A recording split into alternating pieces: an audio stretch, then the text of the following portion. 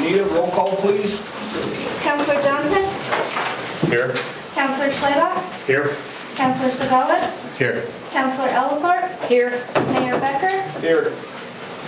A quorum is declared.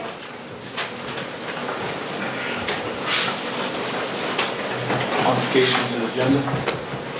Modifications to the agenda. I move that we add a 5 to 10 minute presentation from Ray Skeff according to the written application that was presented. It's been moved and seconded to add a 5 to 10 minute presentation from Ray Scaff to the agenda. Is there any discussion? Nita? Counselor Ellithorpe? Aye. Counselor Schleybach? Aye. Counselor Segala? Aye. Counselor Johnson? Aye. Mayor Becker? Aye. Motion carries. That'd be item D, Mr. Mayor? I'm sorry? Would that be item D under scheduled appearances? Yes. Thank you. And then we'll go to, item D, please.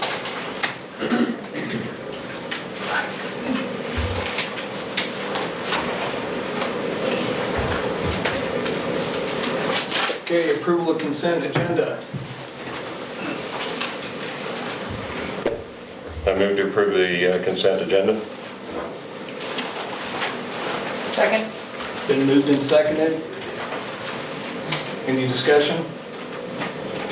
Nita? Counselor Schleybach? Aye. Counselor Segala? Aye. Counselor Ellithorpe? Aye. Counselor Johnson? Aye. Mayor Becker? Aye. Motion carries. Okay. Scheduled appearances. We'll go right down the line. USDA presentation on loan grants. Well, I am here. All right. So I thank you guys for allowing me to come speak to you for a little bit. My name is Heidi Pacheco and I'm with USDA Rural Development in Alamosa. And we are a federal agency that provides funding to rural communities. We can literally build a community from the ground up. We provide affordable housing for low income and very low and low income individuals and households. No down payment required, closing costs can be included, so it's 100% financing. We provide rental assistance for most of the housing authorities in Monte Vista, housing authorities nationwide. We also have a business and industry program, and that program is for for-profit and business owners. We have solar energy projects we can provide for grant money for them for those. Incubator, startup business, capital. So we have a lot of programs. We have 42 different programs under our belt that we can fund with grants and loans. And then we also have our community infrastructure program. In that program, eligible entities for that program are public bodies, which you all are, districts, nonprofit corporations and Indian tribes. We can provide water and wastewater loan and grants to redo your systems. Literally any infrastructure. We can do broadband, we can do utilities, we can build hospitals, fire stations, libraries, daycare, schools, hospitals, you name it, we can do it. We do a lot of grants for the police departments and fire stations in Alamosa, all small communities. I don't know that we've ever done any in Monte Vista. We do them for like La Jera, Capulín, a lot of the small rural areas. So if your fire departments and your police departments are in need of some equipment, we might be able to help them out with some grants for that. Same with hospitals, libraries, if you need computer systems, desks, museum, if you have a museum here, we can do glass cases, we can do a lot of different essential community facilities. The eligibility for that is, again, public bodies, nonprofit corporations, districts, and then the facilities need to be essential community facilities, something that's essential to the community. So if it's something like, we can't do recreation, we can't do golf courses, and we can't do public swimming pools, but we can do libraries, we can do community centers. I know that you're thinking about doing something like Sky High Stampede. That might be something where I think Carla is going to share some information on that we might be able to come in and do some gap funding for that. Again, if you need equipment for once that center's going, if you're going to do a community meeting space, things like that, we can help out there as well. So a question I had for you is the city of Monte Vista part of a regional plan as far as community needs? You know, a lot of the regions in the state have done plans together to try to bring in more dollars. They came out with like a strategic economic community region, and communities that are doing that now seem to be getting a little bit more priority points, I guess I want to say, with some of the agencies. So is that something Monte Vista has done? You're talking about combining communities? Yeah, like if you work with like Services. Alamosa, and yeah, so, you know, you guys all have the same kind of needs, so you're looking collaboratively as an area to bring resources in for those? I'm not too sure if, I don't believe that we've done that, Okay. at least not in the last 4 years. Okay, just curious, and the only reason I'm asking is we have national money that might be available for communities that, it's just additional funding, so that's the only reason I was asking. But anyway, so I just appreciate being able to share, and I have some matrix here. We have 42 different programs, so anything people in your community need, please feel free to share these with them if you will, and our information's on the back, and I'm gonna leave these with you guys, if that's okay. That sounds good. Do you have any questions for me? Thank you. No, that was- Of your 42 programs, are they primarily loans? I know you do both. Loan and grant both. Either or. 50/50? If you do a water system, normally we'll look at what is the best financing package for you. It's based on your repayment ability. So, you know, we'll determine how much loan you can afford and how much grant you would need to fill in if you know, we want you to remain sustainable and have a cash flow. So we don't want any community stretching themselves out so thin with a loan that you don't have any room to be sustainable. So we do combinations. Normally it's a loan grant combination. Well, that's a lot more than I had ever imagined before, because I've spoken with USDA before. That's what you just described. Isn't that what they told you? Well, it's way beyond what I've understood, so yeah, Okay. definitely need to talk. Yeah, and we're more than welcome to come back and talk one-on-one during a workshop if you want to talk about different things, or you can come to our office, give us a call, and you know, we'll do whatever you need. Okay? Thank you, Heidi. You're welcome. Have a Thank you very wonderful much. evening.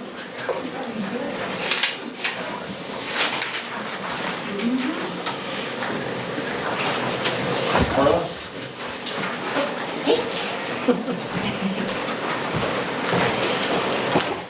Thank you.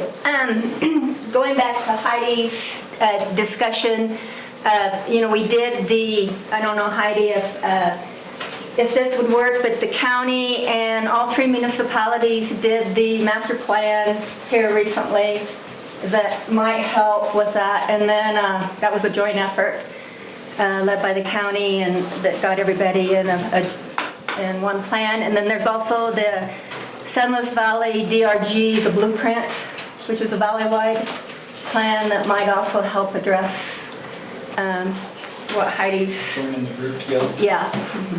And that's done, and then in fact, that's in the process of being updated. So that might help. I'm here tonight, and Linda Burnett's here as well. We have our chamber hats on. And we're going to talk about the update of where we are with the Sky High Park multi-purpose building improvement. And a couple things. First, I wanted to talk, you know, going back, at some point, I would maybe like to do a PowerPoint presentation of where that facility has come since 2008. There's been several of us in this room that have been heavily involved in upgrading that complex. And, you know, there's been a lot of great things happen in Monte Vista. And some of those are the grandstands, the bucking chutes, then the main grandstands. That was all done 2009, 2010, or 2008, 2010. Of course, we had the skate park, there's the theater, Kids Connection, Home Lake Church, the pier work at Home Lake, the improvements at the cemetery, the animal shelter, the pavilion at Sky High Park. So I guess what I'm trying to stress is that the community has been extremely involved in improving Monte Vista through the last several years, and I don't think we stopped and really appreciated what has taken place in the last 10 years here. There's actually been quite a bit of improvement when you look at it. And I think this Sky High Park multi-purpose improvement is going to take us another big step forward, and it's going to be a huge one. And after we finished the main grandstands in 2010, the plan had been to move right into the multi-purpose building. But because of timing and we just couldn't generate the funding at that point in time, we kind of come to a stalemate. But as you know, the city has put out an RFP right now for the structural, improving it so that we can hopefully take down the swimming pool. We've had conversation that will improve the structural part of the big room and the basketball court through August, and hopefully the city will take care of stripping the swimming pool out of those type of items that can be salvageable, and so that we can perhaps demolish the pool by right after the fair is kind of the game plan. As far as the chamber side of it, we did get out our RFP for the architect design phase, and the timeline for that is phase 1, which is a schematic design. It's out. We're gonna hopefully have proposals due by April 20th. We'll do interviews if need be, and then May 3rd we'll hopefully do a selection of those architects. We have confirmation back from 2 architects who are extremely interested and have shown interest that they will submit proposals. The chamber has put the RFP on its website and has put out a Facebook post, and Forrest was telling me we had emailed the city a copy and they posted it on your website as well. So that is moving forward. It's kind of where we are there. I have spoken to my family. I don't know if many people know, but the barbecue pit that's out there east of the old swimming pool, that particular barbecue pit was built and was named after my late husband's mother. And if you'll go out there and look, there's a plaque up there that says Dorothy Shriver. Shriver's my aunt. Sorry, got nervous. But Dorothy Shriver, if you ever go out there, there's a plaque out there. I have spoken to my family. I do have one sister-in-law who wasn't thrilled about maybe taking it down, but the family as a whole is in support of moving forward with improving the complex and making it a first-rate complex. So if anything, we'll ask that, the family get that plaque. But so anyway, we can address that as we move forward, but just so you're aware of that. And I think that's all we have for right now. Kathy does send her apologies. She wasn't feeling well tonight, and I don't think we wanted her around the way she was hacking, so. Anyway. But I thank the council for entertaining us. Well, thank you. I appreciate all the information. Question for you on that barbecue pit. In the event of doing that, because it has been there, it's like a landmark. Yep. What's the potential of moving it to still? Yeah, I think what I would like to have a discussion with, and maybe with Stampede Committee, is can we physically move the structure? Because Rotary put a new roof on it about 10 years ago. So it does have a fairly new roof, because we sort of burned it up one year. So we had to put a new one on. But that was my thought, is if we could move it and just make it a shade shelter. But I'm not sure structurally that will be feasible, but I think we'll have the architect look at that, and maybe we can look at some construction people as well. In kind. Yeah, in kind. In kind. So, and we are having or started discussion with some contractors about, potential demolition in kind type stuff. So that has started. But this will be a great collaborative partner or project with the community, as was the rest of the previous projects with the grandstands. It was definitely a community project and worked well. It's good, we're excited about that. Yeah. And it goes back to the time frame, like Carla said, so everybody knows. We talked about this, the time frame is gonna start right after the Home and Garden Show, is what our plans are, correct? And go right through it, so then after Stampede and Fair, when Fair's done and wrapped up, and we don't have to worry about all the extra people out there, then we start the next phase, so it'd be a really good thing for the Yeah. community. And if we plan it right, it can work, because that's what happened when we redid the main grandstands, was right after Fair, we went in, had that demolished, and went up then that winter with the new one, and we actually had it up. There was no events that were impacted by that. So hopefully we can have the same planning process to accommodate this as well. Very good, thank Okay. you, Carla. Thank you.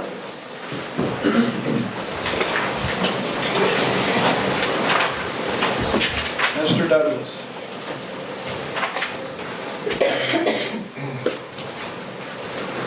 You gonna talk about your crew as well?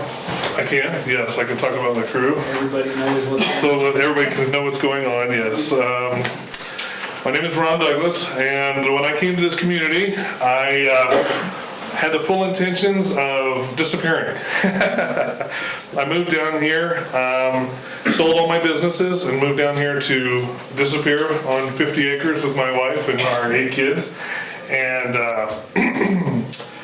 I am now here at my first city meeting with a film crew from Canada and my wife and lots of people here. I got Sandra, I've got friends, family, business owners that I've met here. And I can honestly say, guys, that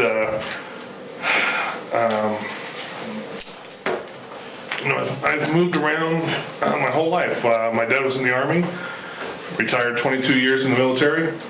Been to all kinds of cities, all kinds of countries. I've been all over this world, and I've really never felt a community like I have here in Monte Vista. I'm very impressed. They've kind of pulled me out of hiding, so to speak. I would like to offer a proposal to help the town, the city, in a way that we can turn some of these businesses around that need help. In my past career, I was a business coach, I was a business investor, and I've ran several companies. I've been an entrepreneur since I was the age of 24. I've had just about every company you can imagine under the sun, from service companies to franchises to you name it, tech companies, you name it. So internet-based companies, storefront-based, employee heavy, employee light. And so when I came here, and I've talked to a lot of business owners, and about half the people in the room I've talked to face to face. And one of the things that I've noticed is the unfortunate thing is a lot of small businesses cannot afford my coaching services, or anybody's coaching services for that matter. The people that need it the most cannot afford it. And so my proposal was to flip this around and bring it to the town, bring it to the city. And what I wanted you guys to make this a community effort and to help all small businesses in town.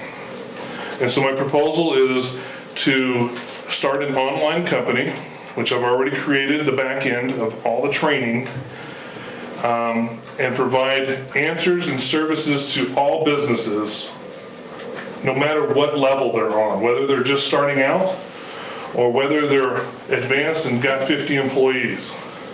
I'm able to help all those businesses. And so they'll be able to log in to a website and ask questions. The most important thing about this is, one, I wanted to bring the feel of the community that you guys have already created, put that together with businesses and bring it online. And so we'll have online forums, online chats, and most important, and I think this is the part that I feel is the most important, is they will be able to get their answers, their questions answered within 3 to 5 minutes during business hours, of course. But I am not about slow growth. I'm a man of action, and I try to be fast with things. Almost every one of my businesses that I've ever started is cash flowing and usually in the black within 30 to 60 days. And so I don't mess around. I do not like to waste people's time. And so I want to bring that to the community as well. I want people to be able to log in and get answers now, get things fixed now. Do you need attorneys? Do you need help with this? Do you need a tax question answered? Do you need to know how to open up an account? Do you need to know how to hire and fire? Do you need to know whatever it is you need to know? I want you to be able to log in, ask a question, get it answered now. And that's what I would like to do. And most importantly, one of the things that I found a little bit disheartening with the town, with the city, was walking around and seeing a lot of empty businesses and empty buildings. And so I know a lot of companies, and over the years I've coached a lot of different companies and different clients, and I know for a fact that if people knew what you guys had here, I know I could fill these companies, I could fill these empty buildings. I've been talking with tech companies, I've been talking with mom and pop companies, I've been talking with companies that are considerably large, Home Depot level to all the way down to mom and pops. And when I start giving them the facts of the community, they're very interested, and they're all willing to come out here and look. And they're all very interested in servicing this community. And so I've put together a proposal. I'd like to ask for you guys to allow me the privilege to work with Forrest in making this happen. And he's been great, by the way. I just want to throw that out there. Forrest was the first person I talked to and the first person I reached out to in this community. And he has been nonstop help the entire time. So thank you. I really appreciate that, Forrest. And he's been an outstanding resource. And I would like to ask you guys to allow me the opportunity to work with Forrest and make this happen. And then, of course, questions. Fire away. Does anybody have any questions? I've read a considerable amount about your project and what you've been doing and accomplishing, and I don't have a real clear picture of the exact process. Okay. I'm getting a little better picture from your conversation. Okay. Basically, what you're doing is recruiting businesses to relocate here in the valley. As far as the headhunting part, yes. And so, in other words, you guys have fiber optics, you guys have empty buildings, you have considerably, in my opinion, good prices on land compared to the Front Range and other places in Colorado. There are tech companies out there that are paying millions of dollars to move fiber optics a couple of blocks in downtown Denver, and they don't need to be there. They're not, they're there just because that's where they're at. But when I started telling them about this place and what was available here, I had half of them ready to jump in the car and head down right now. And so, yeah, part of the proposal is headhunting is what they call it, and basically calling these businesses, letting them know what's available here, giving them the positives and negatives, and working with Forrest and the other, people on the board, and getting more businesses to come to the community. But most importantly, in my opinion, is helping the businesses you have here now. And I feel like we're right there on the edge. This is a town that could easily grow and prosper with just a little bit of tweaking here and there on some of the businesses. Some of the businesses need a little bit of help with marketing. Some businesses need help. Every business I talked to gave me at least 3 items they really wish they could get some help on right now. Well, that aligns with our current position. Yes, it does. That's what we're hoping to do is explain somehow, get the message across of the benefits that are here, not the least of which is our 500,000 as a vehicle count annually. Right. For whatever that's worth. It's worth quite a bit, actually. And when I told people that, they said, "What? In Monte?" And I was like, "Yes." And they're like, "Can you prove that?" And I said, "I'm sure we can." And they're like, "We're on our way." So, I mean, yeah, the traffic patterns, the tech support, like, again, I think people just don't even understand the importance of having fiber optics. They're running right through here. I was surprised to find out how much that is unavailable. Very much places so. in the Front Range that you would just take for granted. Very much so. I personally know of a company that just paid $2.5 million to have it moved over so that they could get fiber optics to their building in downtown Denver, and happily paid it. Yeah. And the fact, $2.5 million could go a long way for a company to relocate down here. That's right. I've already been talking to data storage companies, data storage, because land is fair, fiber optics is here. That's all they need. They need land, they need room to put their data centers in, and they need fiber optics high speed. We've got it. We've got it right here. I've already been in talks with Excel, thanks to Forrest, or I've been talking to Excel. They're willing to offer discounts on energy, which some of these data mining internet-based companies use a lot of juice. So they need discounts on energy. They're already expressed that they're willing to help us. And they're already willing to give discounts to these guys. So, and not to mention the talent you guys have right here. In this room, I'm not gonna point them out, but in this room, you guys don't even realize that you have a tech company here that builds apps and built apps for Disney for 6 years. They're right here in this room.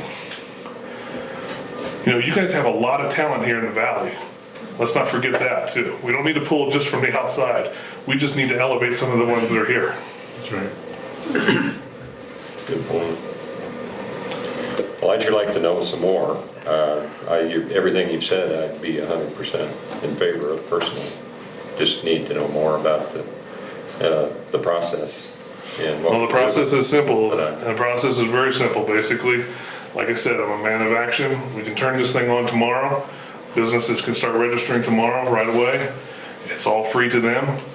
Well, they can start logging in. We can start doing Skype interviews. I can start doing one-on-one business coaching with each one of them on a weekly basis. We can set up a meeting. We can have them all meet at the movie theater, and we can start doing live coaching classes right away. I mean, there's no reason we can't start right now. So I would then you make a motion to approve that economic development project.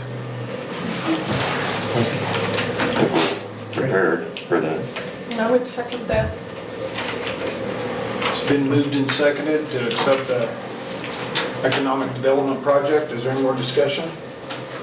I would just like to have, I would be in favor of that, but I'd also like to have a meeting very soon Absolutely. with you and your staff. And Oh, you're gonna hear from me more than you want.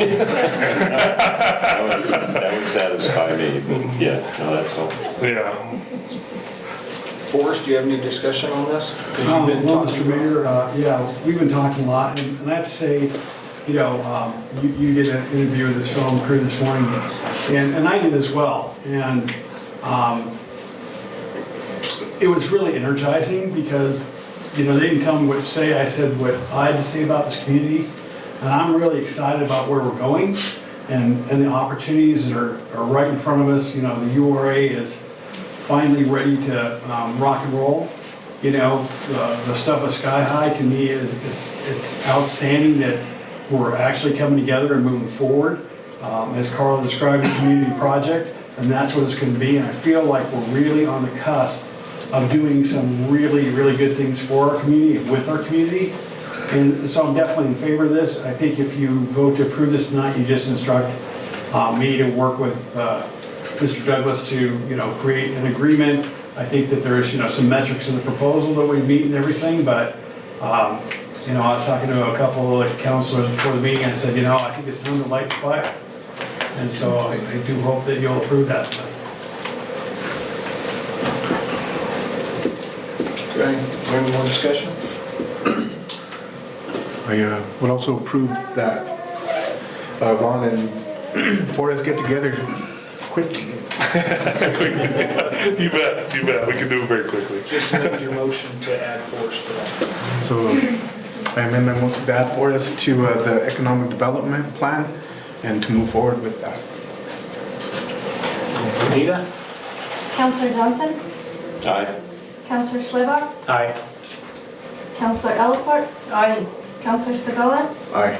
Mayor Becker? Aye. Motion carries. All right. Congratulations.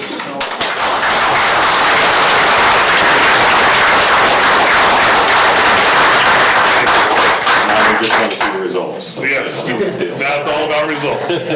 Go and look at all the stuff he says he's done in here, look at it. I looked at some of it, it was pretty Yeah. stunning. I did, I got to interview with him today, and it was at a ribbon cutting out at Noah's Ark, Sure was. the new kennel. Yeah. And it was great, because there was no, like, as Forrest, there was no planned communication. We had questions that they asked and answered it, and it was about the community. It was not about, really, my thoughts about the community was that this community can grow and it can be what it was at one time, and I can see that, and this guy's got a vision, and that's why this camera crew's here, so I appreciate that very much.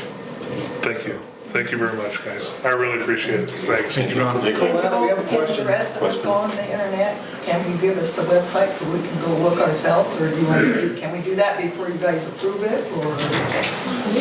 Go to the internet about me, you mean, or you want to know about me? Yeah, we wanted to know how to get online to look at it. Oh, you're gonna all know. We're gonna get this out to everybody, I promise you, we'll get this out. I want as many people on there as possible. Just so everybody's clear, I wanna make sure that this is clear as well, is this has to be voted on every 6 months. Okay? I did not wanna do something where I locked you guys into a 5-year term or a 10-year term or anything like that. And the reason why is because I want the community to come here every 6 months and vouch for me. And I want the community to say, yes, we want this guy coaching us, and we have seen benefits from him. We want you to renew the contract. That's my goal. All right? That's fair. Fair enough? Thank you, guys. I appreciate it. Thank you, Ron. Thank you.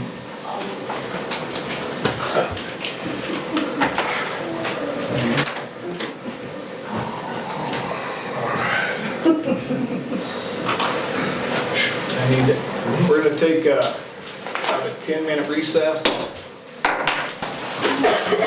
Mr. Scaff, you are online. Come on, how are you? Yes, sir. Been tall enough for me? Probably not. Yeah, we can handle this. First of all, I want to introduce myself to you folks who don't know me. I'm Ray Scaff, whatever that's good for. I'm not proud to bring this item to the board. You guys don't have time for this, nor was I looking forward to it, but it seemed like the thing that had to be done. According to the paper, I was called everything but you know what? I was accused of threatening Joe, and I want to go through every detail and tell you exactly what happened and let you make the call. I decided to make notes for 2 reasons: to make sure I don't forget something that's important, and to make sure it's all accurate. I will be conferring with Joe from time to time to make sure my statements are correct, reminding him to be careful. The witness in the room at the meeting is here tonight. So Bob is here if you have a problem with what I'm going to say, if it's not true. First off, I want to assure the council that I am not here promoting Gene Farish for attorney for Monte Vista. That is not why I'm here. I'm not promoting, I'm not endorsing, I'm not doing anything. I'm just a citizen of Monte Vista that wants it to be run correctly. However, I did go to his defense when I saw the YouTube and listened to the remarks made by Joe last Thursday afternoon. And from what I understand in all the papers, the board and everyone in Monte Vista, or 90% of them, seem to think that he was out of step. But that's your own position. That's a call that you got to make. So why did Ray Skiff get in on this? I simply didn't believe that anyone should take the abuse and negative remarks bestowed to him by Joe. I'll answer it like Joe told me why he did his. It's my opinion, and I'm entitled. So that's my opinion, and I'm entitled. Okay? I would like to share with you my past experiences with Joe. During this election last fall, 4 months ago, he put a part in the paper that said he had a problem with big homes. And as you guys know, I thought he was shooting at me. I was raking leaves one Saturday morning, and this guy pulls up there and he said, "My name is Joe Slowback, and I understand you want to talk to me. If I'm off base or say anything that's not true, you stop me." I said, "Joe, about this house thing, I worked my ass off to get this, and I'm not going to sit here and let you ridicule it in the paper." And he said, "Wait a minute, I wasn't talking about you." I said, "Well, then who the hell were you talking about?" He said, "Gene Farish." Correct? Correct? So I did not write about the home in the paper. That was not my letter. The reason you were at my house is I made it, the article had something about the big homes in Monte Vista, and I told a person about it, and they told you to come see me because I was offended. Case closed for that part. Okay.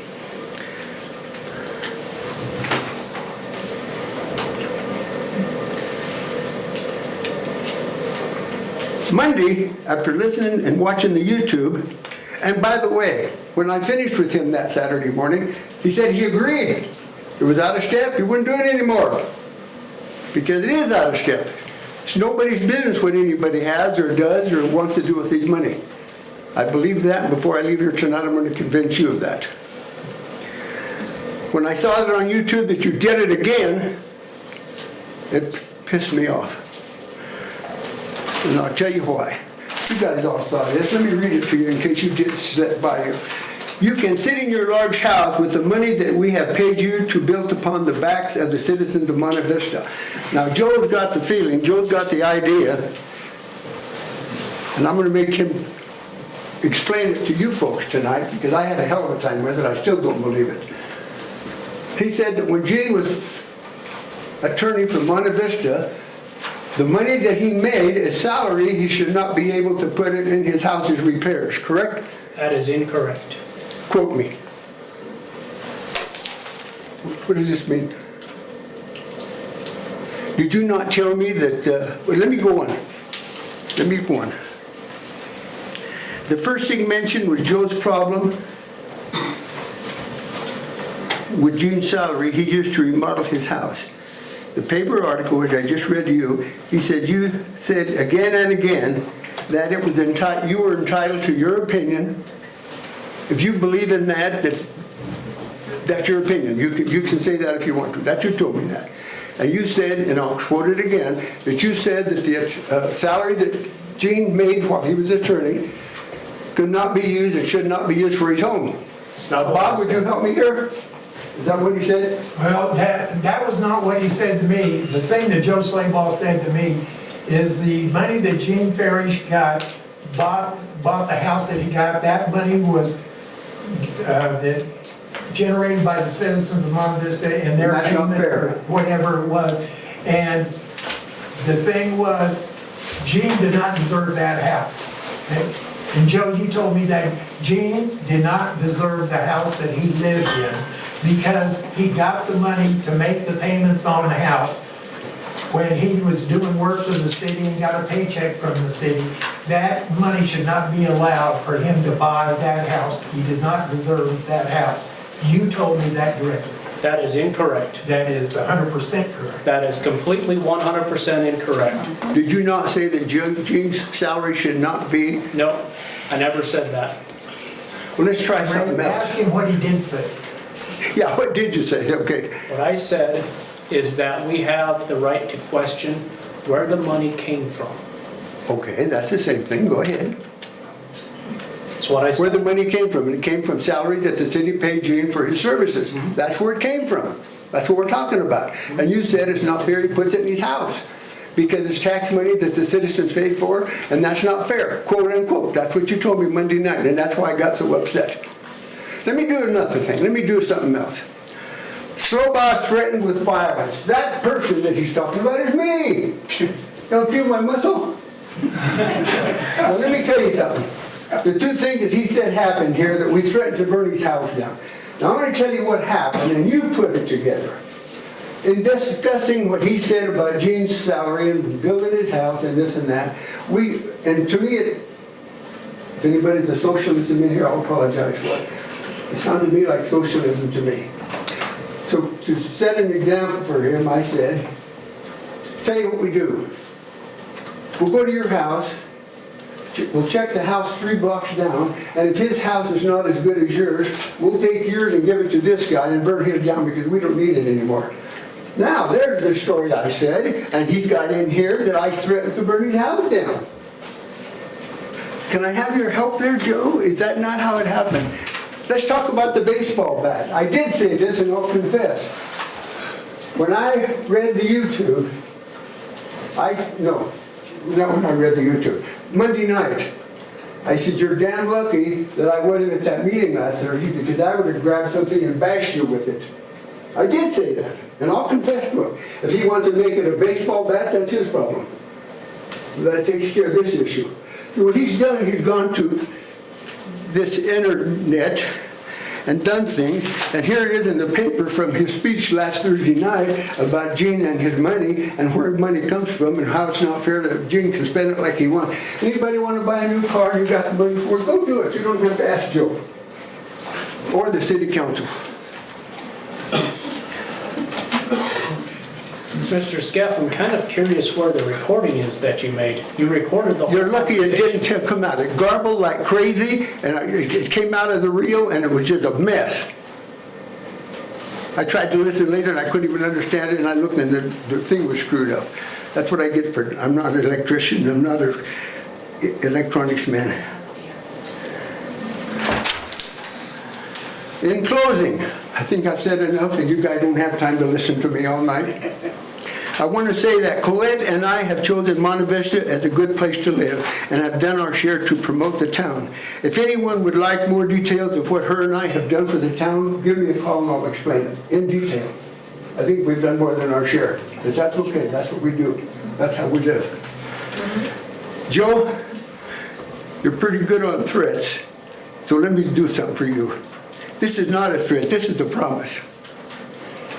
We will not continue to contribute while you exercise your opinions while you're on the town board. While that chair is filled by Joe Slobeck, we will not participate in anything. So we're going to find out who in the hell is more important than you, the Scaffs or Joe Slobeck and his opinions. We're going to find out. I did ask him to resign. I'll be the first to admit it. Several times, didn't I? I don't regret a minute of it. And I asked him several times, did he regret last Thursday night about what he said? And the answer is, tell him, no, it's my opinion and I'm entitled to it. Is this what we get when we elect a city council member? I've got a permission, I'm in the hot seat, hell, I'm King Tut. I told him he wasn't God and he wasn't President Trump. I'm not going to sit here and let him degrade, knock down the city, and I'm trying to build it, and all you folks are trying to build it, and he comes in here with this bullshit. I'm not going to tolerate it. And I think I don't stutter, and I think I told him before 2 or 3 times that that's the case. I do believe you owe an apology and a retraction of all the negativity that you did last Thursday night. And I said down here to myself again to tell you that I did ask him to resign. I'm not going to stutter, I did. Because I think he fell in the chair that he is not qualified to fill. Who in the right mind can sit there and tell me, especially Joe, that Gene Parrish's salary that he drew as being an attorney is wrong and can't buy a house or remodel his house because it's tax money and that ain't fair? That's what he said. And I want him right now to explain it to you guys because I'm kind of a stupid ass. I don't understand that. It sounds to me like socialism, but that's okay. If that's how he lives and that's what he wants to do, that's fine. But I'm not going to let him do this to the city of Monte Vista. And you folks shouldn't let him. Now, is there any questions? I want to answer any questions you might have because I'm upset, not as much as I was Monday night. I was so mad I was yelling, and I apologize to the board and you folks for that. But the side of Ray Scaff that they don't want to see the side that he saw Monday night. And he had to get up and leave. And I was goddamn glad he did. And I'll say this, he had to have gone 30 minutes and the police department come to my house. He just told the police that I threatened to, how the hell did you word that? What did you tell the police? I told the police what you told me.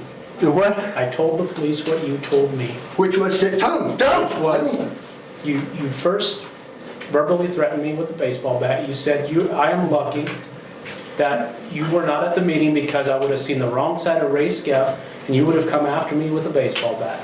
If you want to call it a baseball bat, that's your problem. If there's not a baseball bat in this room, I said I would grab the closest thing and bash you with it. That's what I said. If you want to make it a baseball bat, that's fine. If it hadn't been a baseball bat, that's what I'd have used.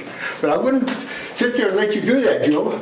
This man has been here longer. He's been an attorney longer than you are old. Where do you get off? Where do you get off? He forgot more than what you know. You know what the toughest thing in the world is to do? Be experienced and sit across a desk applying for a job and have a pipsqueak like you question him. You ask all the right questions I have here. You did a hell of a job on the questionnaire. But then you had to have this goddamn, however long it took, to degrade him. I mean, that's out of, listen, I ain't going to tolerate it.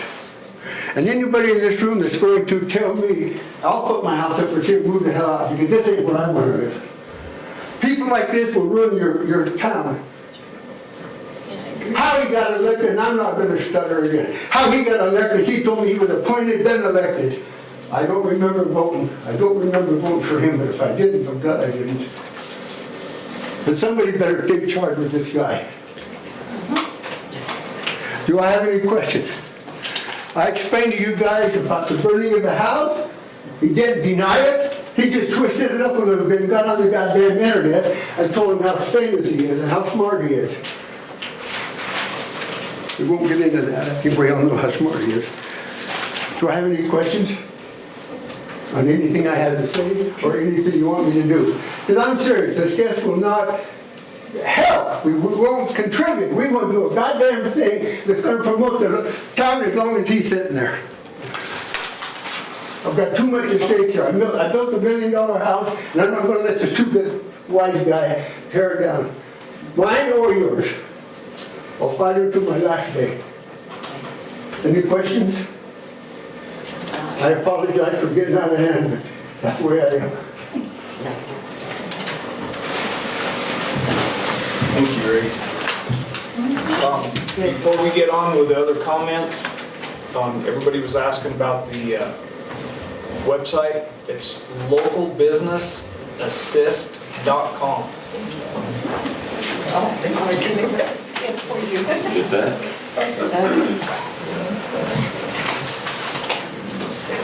Local business. localbusinessassist.com. And he will be going live on Wednesday. I was asked if there was a cost to the businesses. No, absolutely not. There's your answer. Dale, is that all we're going to have with Joe? That's all I've got. Yeah. Is that over? There's public comment that will be continued on. Oh, okay. I think I'll stay to hear that. I want to know everybody's feelings.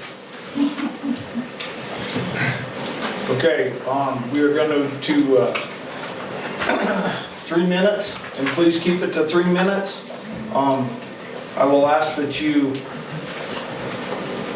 forgive me, Ray, ask that you base this on the fact that we have students in here and a lot of ladies in here, so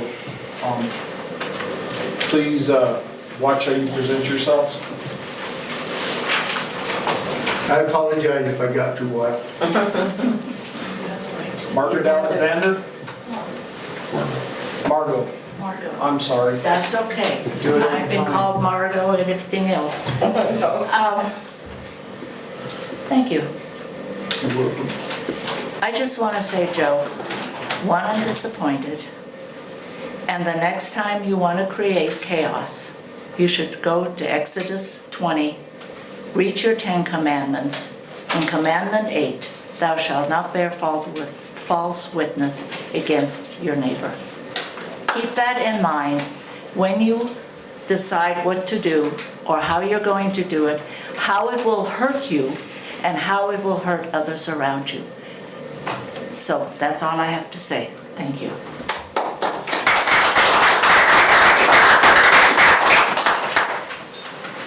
Mark Boyd?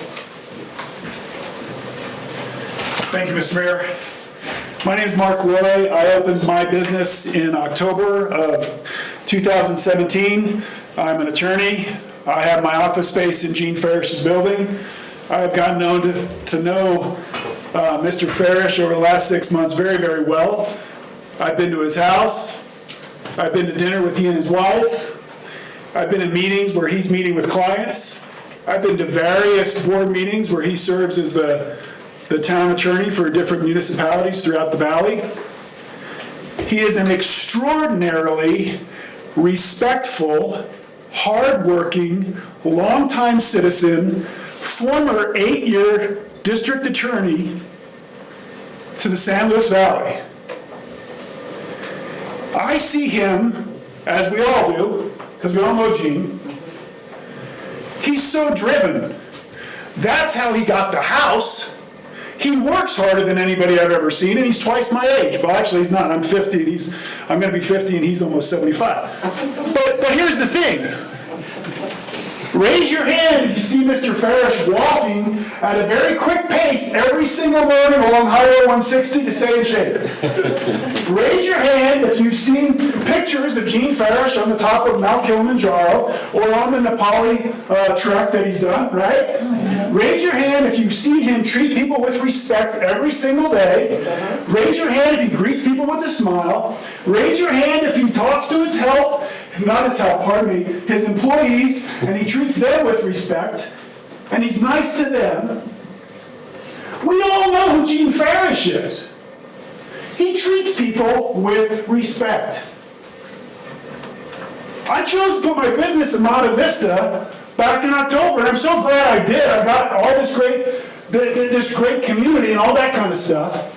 My wife and I watched the YouTube video after we heard about it and read about it. You gotta be ashamed of yourself, Mr. Schlabach. I was a deputy district attorney in the Valley for 4.5 years. That's why I moved to the Valley. And I remember when Judge Keenhold swore me in on the Alamosa Courthouse steps, every single day, I tried to rise myself to the level of that position. That's a lesson. You need to rise yourself to the level of the position for which you've been elected or appointed or whatever. Every day, you're supposed to wake up and try to do better. Every day, you're supposed to treat people with respect and integrity. You gotta resign. What you've done is completely unfathomable. It's horrifyingly terrible what you did. The addition to his house is where his ill father lived for several years, because he wanted to make sure that he had a place. His sons respect and love him like no one. When you go to his open house, you see the people come in. Time's up, sir. I'm out of time. Thank you very much. I appreciate everybody listening. Thank you.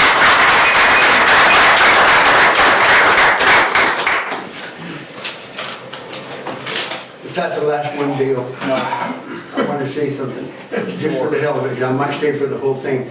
If he comes up with something on Facebook tomorrow or anything derogatory in the paper, you're going to have more trouble with race gift. And you don't want that. Trust me. Thank you. Lyle Dye. Thank you. My name's Lyle Dye. I've lived in Monte Vista for about 57 years, except for a couple years I've served in the military. I'm normally a very private person, and most of you that know me know that. And it's very out of character for me to do this. But after seeing that video and reading the newspaper of last week's council meeting about the uncalled for attacks and outright ambush of a veteran who saved his country honorably for many years of serving this community, I feel I must voice my views on this ridiculous letter from Mr. Slayball. I'm a twice wounded Marine combat veteran, and I feel your letter was completely uncalled for and out of line. I too lost many friends and buddies in combat, many right next to me. And to see a person, a Marine no less, attack a fellow veteran who served honorably is shameful, and you should be ashamed of yourself and embarrassed for it.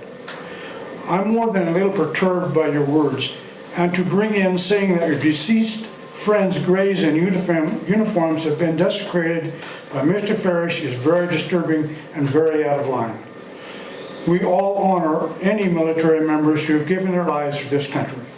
Why do you think Mr. Farish wears his uniform at special veterans events? To show his honor and pride. Your comments are very unbecoming of a sitting council member. And that's all I have to say to you. Mr. Farish, keep wearing that uniform. Thank you for your service.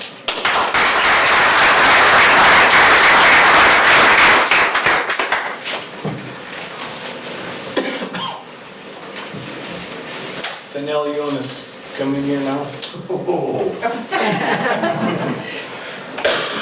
Follow. So I just want to talk about empty buildings downtown. Mayors and I have had conversations about that. I've had conversations with Mr. Ron Douglas, and I didn't realize the film crew and that type of stuff was going to be here. Back in like November or December, there was some comments here at City Council about what is City Council doing about economic growth. Well, I'm here to say I know it's not your fault. I know I'm not as ignorant as some people, and you can't beg a business to come into town. You can't beg businesses to stay in town. I know that. I just lost a person leasing. So in November or December, I offered a couple of my buildings free of rent, lease free, for 3 months. How many takers do you think I had? Zero. Lease free for 6 months. How many do you think I had? One. And that is Taurus Floral. They're in the building that I bought from you, Ray. So, I like what Mr. Douglas has got going. I hope we can get some traction and not be sliding in the mud. I have 2 buildings available right now. So, council, if you know anybody, I'll still honor that 6 months free. Everybody knows where I'm at. They know how to get a hold of me. Let's see what happens. Because they ain't doing me any good sitting there, right? They ain't making any money anyway. That's why I sold them to him, they were paying. Right? They ain't making any money anyway, so let's give it a shot. I'm willing to give it a shot. You know, I hope there's some other building owners that say, what the heck? We have nothing to lose. They're empty anyway. So all I ask is, what I did with Taurus Floral is say, you take the lease option, and we'll talk about a lease after that, but you just pay the utilities and pay the taxes. Pretty simple. Right? Well said for that. Thank you, folks. Appreciate it. Thank you, Lyle. Got two left. Jason or Kathy, who wants to come up first?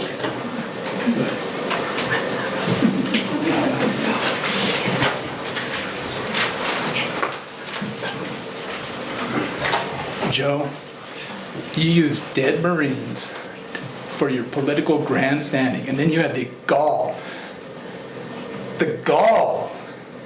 to accuse Gene Farish of desecrating the uniform.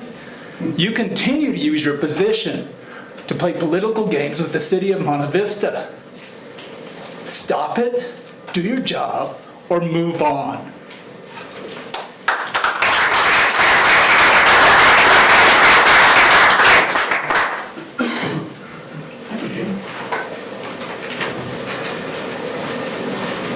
Kathy? I told Anita it's 3 minutes if I don't stutter. And I'll probably stutter.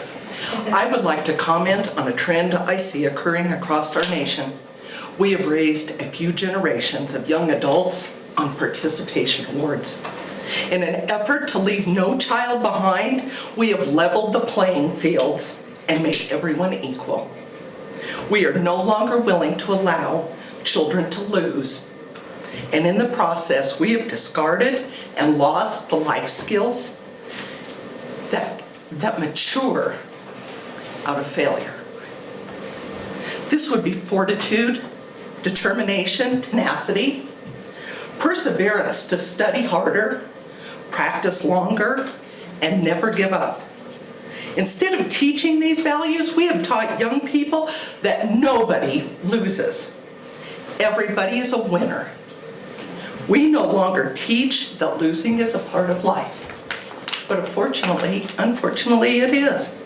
We are failing to teach how to lose with honor and self-respect. Councillor Slaba, on August 18th, 2016 in City Council, you made the statement, "I am a big fan of the way our founding fathers intended government to run." This was in response to the outcry of hundreds of citizens regarding the discussion and the marijuana referendum that you personally moved to send to the electorate last November. After that, you arrogantly looked down your nose at us and you told us to take our passion and our energy out to the streets. And good luck defeating it. Well, we did just that in a 2-to-1 vote. Along the way, there were residents from our community that stepped forward and said they were not happy with our representation. These people volunteered to run for election with the desire to make a difference in our community and move it in a different direction. With that, Councillor Matt Martinez lost his bid for re-election.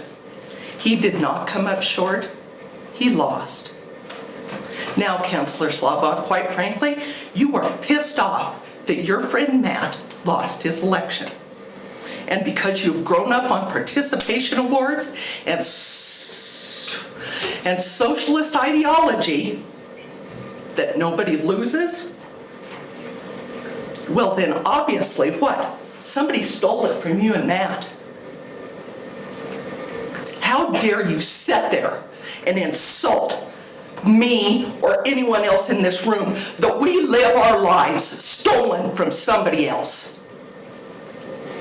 You should be ashamed of yourself. You have made a mockery of your position. You have degraded the entire value of this council. You pick and choose whatever philosophy suits you in the moment. You have used your seat as a personal pulpit to beat your chest and spew insults and innuendo and slander against citizens of Monte Vista. That is unacceptable. I am sick to death with what is happening here and across this nation, and I am here to tell you that I'm tired of this crap, and it needs to stop, and it needs to stop now.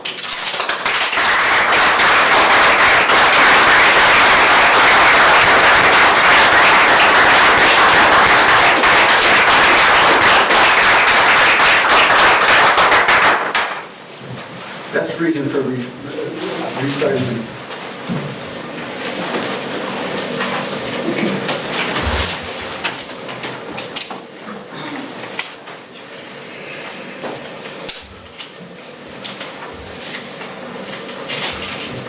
Okay, that's all the public comments. Anybody else?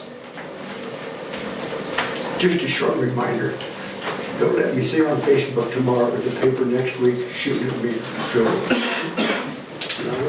not a threat, it's a promise.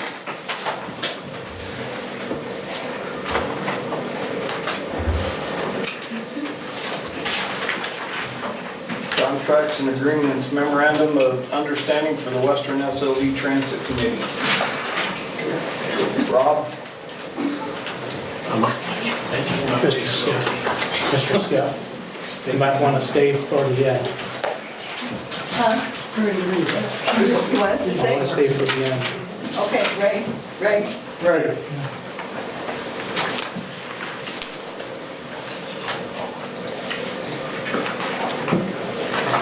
Good evening, Council. Tonight in front of you is a memorandum of understanding between the communities of Saguache, both the county and the town, to include their Chamber of Commerce, the town of Center, the town of Del Norte, City of Monte Vista, and Rio Grande County to collectively work together to try to get a transit route along the US 160, US 285 corridor. To this effort is a grant opportunity through CDOT called the Federal Transit Administration Section 5403 funding. This is a planning grant for transit services and generally does not exceed $40,000. The MOU specifically states that mutually each entity will pursue the grant and that each would share equally in the cost of the grant match. A $40,000 grant would require an $8,000 matching local commitment. So each community is looking to agree to spend upwards of $1,300. The Saguache Chamber of Commerce would supply the remaining $200, making the total $8,000. So just real quickly, the history of this, back in February 1st, we went to our monthly CDOT Transportation Planning Region meeting. Councilor Slaybaugh and I did. And there was a presentation on a company called Mustang, and it's coming up there. And what it is, for those of you that probably remember back in the 70s and kind of dying out in the 80s, Greyhound buses used to have services that would run transit up to the Front Range in different places, Kansas and all kinds of things. This is CDOT's effort. CDOT is supplying our Colorado Department of Transportation, recognizing the need for more consistent and convenient transportation services between Colorado's rural communities. They've reconfigured the current, and right now they're looking at adding some routes, Lamar to Pueblo, Gunnison to Denver, Alamosa to Pueblo, proposed summer of 2018, that's this year, and then eventually Durango to Grand Junction. The outrider benefit is a scheduled system that will go take people from Alamosa up to Salida and then allow them to either go to Pueblo or to other Front Range areas such as Denver.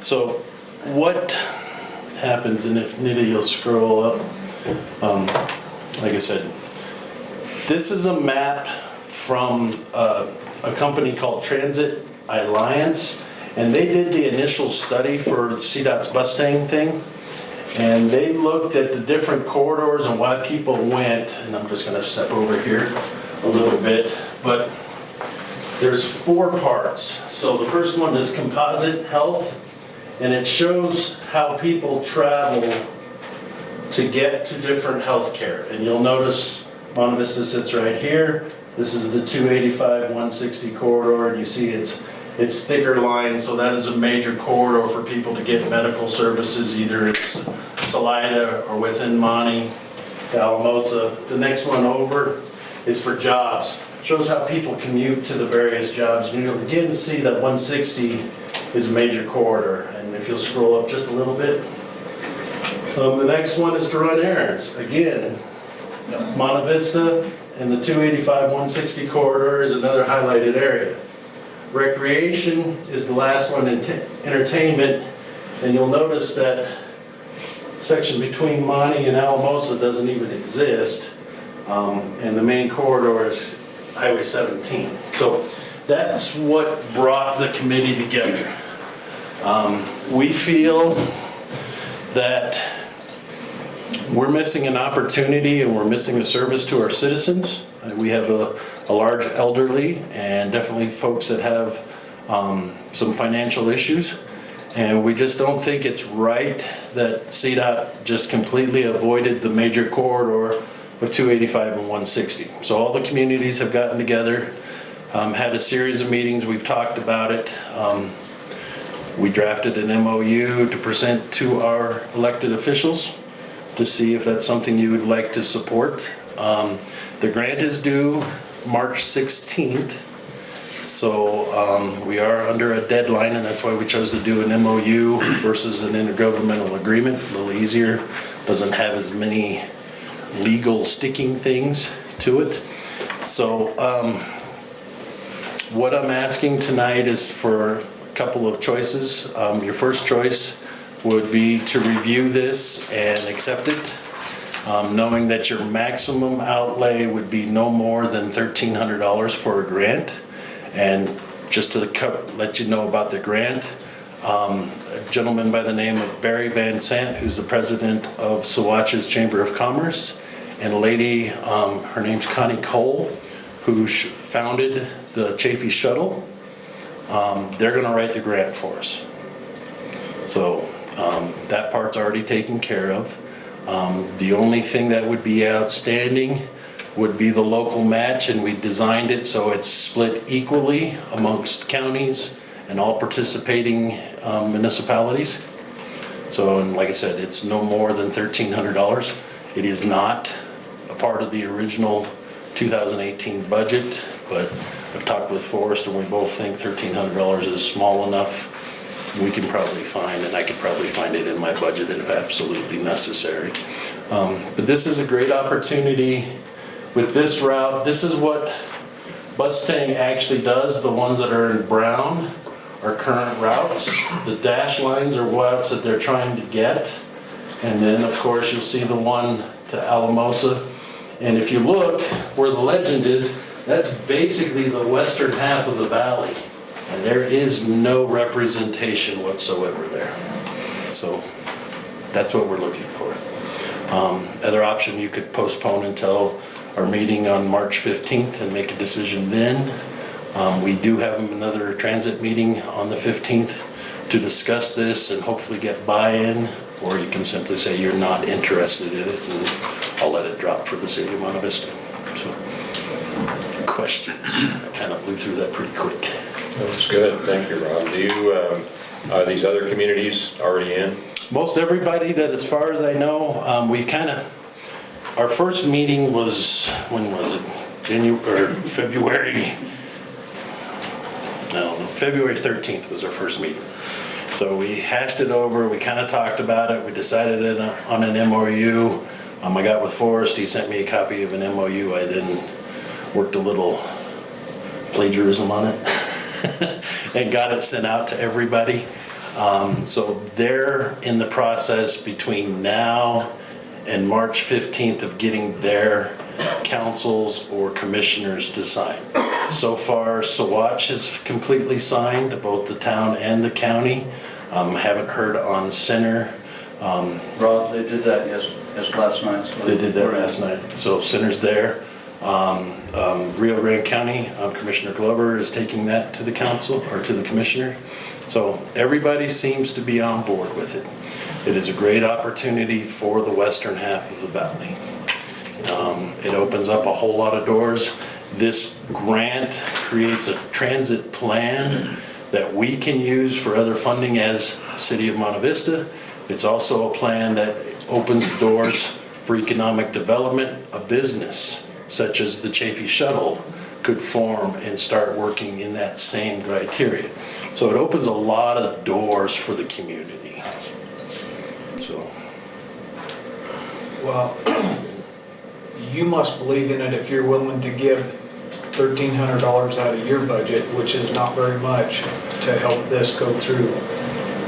I think it's worthwhile. I mean, I'm not sure we can get Bustang to change their initial route, which is coming up this summer. But I do think with the study, we can show them that there would be enough ridership that we could get Outrider to come this way. Or, because right now, if you want to ride the bus and you need to get to medical or something in Denver, you have to travel from here to Alamosa. Get picked up in Alamosa, go to Salida. There's a stop at Mosca. I just think that this half of the valley we'd pull for people from Creed, South Fork, Del Norte, Monte, Center, Saguache. The ridership is a lot more. And to give you an idea of the rates, Bustang charges 17 cents a mile. So it's 17 cents a mile for them to go from Alamosa to Denver. A standard SUV from Alamosa to Denver will cost you 55 cents a mile. That's your wear and tear and gas. So for our community, it's a good value. You know, we talk, I believe that this is a service that we can actually try to get on board and actually benefit our community, especially those that don't have the ability to drive 100 to 200 miles to get to services that they need. I mean, and the taxi is expensive. The taxi is extremely expensive. Uber is extremely expensive. It even exists down here. And this is something, like I said, our tides have changed. You know, back in the 80s, the bus routes just kind of died. And now society is kind of changing where they're bringing back. And Bustang is funded through the federal, but it's also funded through CDOT, through our Department of Transportation. It is a good program. And it could be better. I mean, if you look at that, the corridor really from Cortez, Durango, all the way through the 160 corridor doesn't exist. And we can't get it to exist if we don't do the initial planning to prove to them that they would have the ridership and it would be cost effective for them to add that. So, any other questions? If there is no more discussion, I'd move to approve the memo of understanding for the SLD Transit Committee, including the $1,300 cost. Up to. It will not exceed that. Up to, so $1,300. I would second that. It's been moved and seconded to accept the memorandum of understanding for the Bustang, the transit. Any other discussion? Nita? Counselor Ellicott? Aye.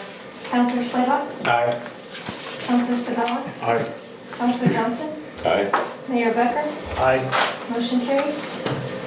Thank you, Council. Again, I will put the little pitch in there. It is really important for our community to go to the TPR and make a presence. Really important for our community. Can you tell us when that is?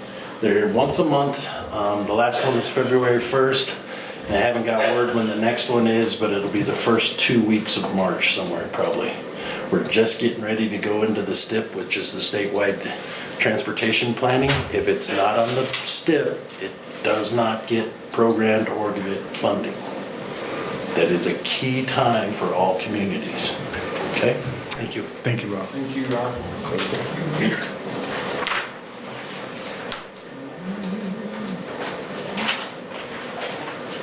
Like we're go right to staff proposals, reports, and actions.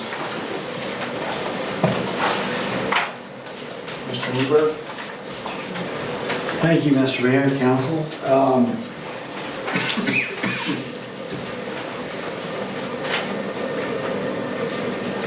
Thanks for approving Ron Douglas's proposal. I really believe it's a great opportunity for us. I've spent a couple months talking to him, honing the numbers, honing the approach, and, he's always gotten the business retention activities are really important. And, I think he'll carry through on that really nicely.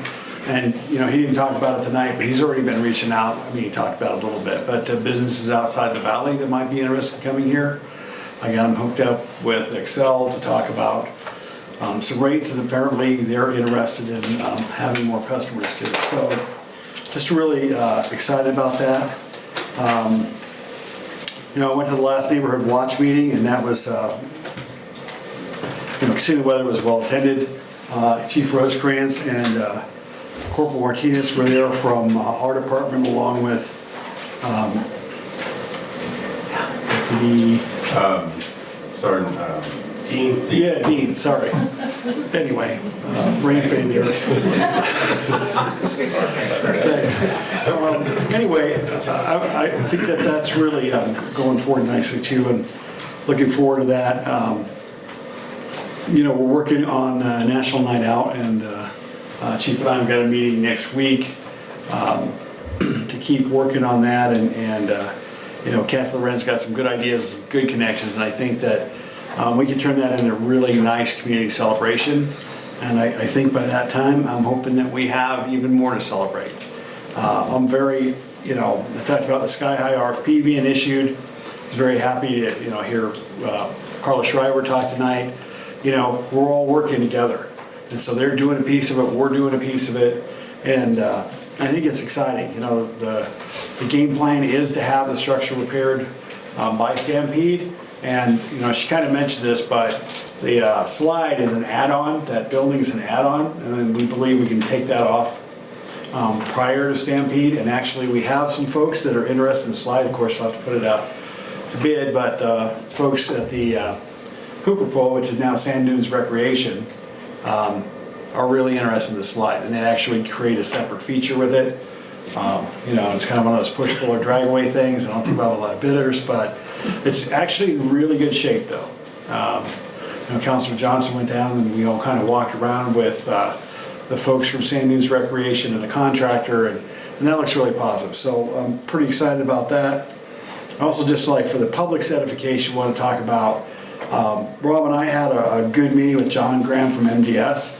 And as you all might recall, when Waste Management was here, they were like, well, we can't do recycling because it's not cost effective. Okay, well, MDS does it, and they don't make any money on it. And they haul their recycling to Denver. They do provide that service to customers in the city for a premium. I think it's about $4 more a month. And so they have 200 customers in the city that are doing it right now. So that's a good score for the little guys. They're a small hauler out of Creed. They're great to work with. And one thing that they do want to add is they're going to create kind of a circuit rider recycling thing. It wouldn't be free, but customers, they'd come to town like once a month, and they're going to go to different communities in the valley. And if people aren't signed up for their service, they can still come and get rid of recyclables. And they take a lot of them. It doesn't have to be sorted. It has to be clean. You can't have your garbage in there. But John's a really great guy to work with. So it was a great conversation because we talked about what it would take to do it here permanently. He has a good relationship with our regional landfill as well. So I think that that's kind of some good progress on that. And just to let you know that, recycling is available in our community if people choose to use that hauler. One other thing I just had in your packet from Azrael Madrigal. So she went to the CCCMA conference, and I just asked her to recap, and it says to Mr. Norberg and Dr. Mumper, she's also a grad student at ASU, so she wrote this for both of us, and I didn't necessarily tell her I was going to give it to the council. I just wanted you to have an opportunity to see that, when we send folks to conferences, they learn things. And I think it was a really good learning experience for her. She got some nice tips. She got to network with a lot of people. And, part of the Best and Brightest program is it got as many of the folks in it to go to this conference as possible. And I think she had a really good experience with it. So she's learning more things. We're applying that to what we're doing. And I think one other thing I'm going to add is that for the Monte Vista URA, I haven't looked over the documents, but the loan documents from SLB Federal are ready to go. And so Tuesday night, we're going to light the match on that, get that signed.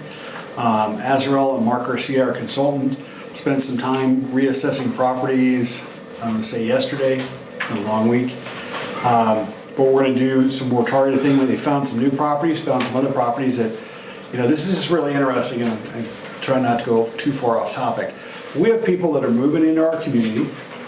We have, right now, there's 2 houses that are under construction in our community, 2 brand new ones. There's another one, I just talked to a lady today that is interested in doing that. If you go down to 6th, then I'm going to mess it up, always do. Jefferson? Jackson. Thank you. See, I told you I'd mess that up. So there's a new modular house going on permanent foundation there, and there was that old house that was there. That's going to be the garage. And they're fully compliant. We work with them so that the house will now be addressed on 6th. The front of it will be there. It meets our setback requirements. They're really excited. And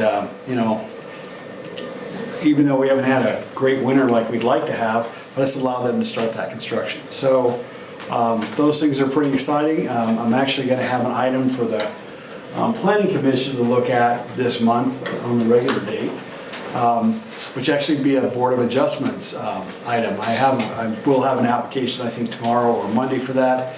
And that's where we have a building that was used as a church. And essentially, it's actually in the CB district, which doesn't allow for residence. And the gentleman wants to convert it to a residence. But looking at the development pattern, I think that's possible as a variance. But once again, somebody else investing in property. So I think we're seeing that in residential. We're also talking to a developer that owns some property here in town about selling some more residential lots. And a lot of things are coming together. Rob and I are going to continue to work on the idea of putting Chico through. And that will actually help that developer as well. So I think earlier the mayor saw that I was smiling, and I am smiling because y'all are lighting the fuse on some stuff, and it's starting to happen, and it feels really good. So I appreciate that. If you have any questions, let me know, or that'll be it. What's going on 5th and Lyle? 5th and Lyle. There used to be an old greenhouse there, and they tore it down, and are they building a house there too? 5th and Lyle? Yeah. That's a house that was abandoned and tore down right on the corner. Yeah. Right? Yeah. I think it's still in rubble. It's still a big pile. It's gone. Oh, is it? It's gone. Matter of fact, they're either doing a foundation, they're doing something out there. I don't think they have a building permit for me, so thanks. Thanks, Art. I'll find out. All right. Thank you. Thank you,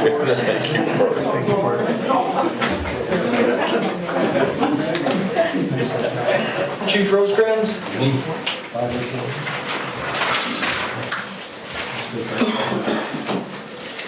Good evening, Mr. Mayor, councilors. Seems like February went like that, huh? Yeah. But it's been a good month. Just a reminder, next Wednesday, Coffee with the Cop. You guys are all invited. Next Wednesday? Yeah, 7th. At 7? Starts at 8 to 10. Wednesday at 7. Pay attention. So I was able to attend the Chiefs Conference, the 12th to the 16th. A lot of good things came out of that.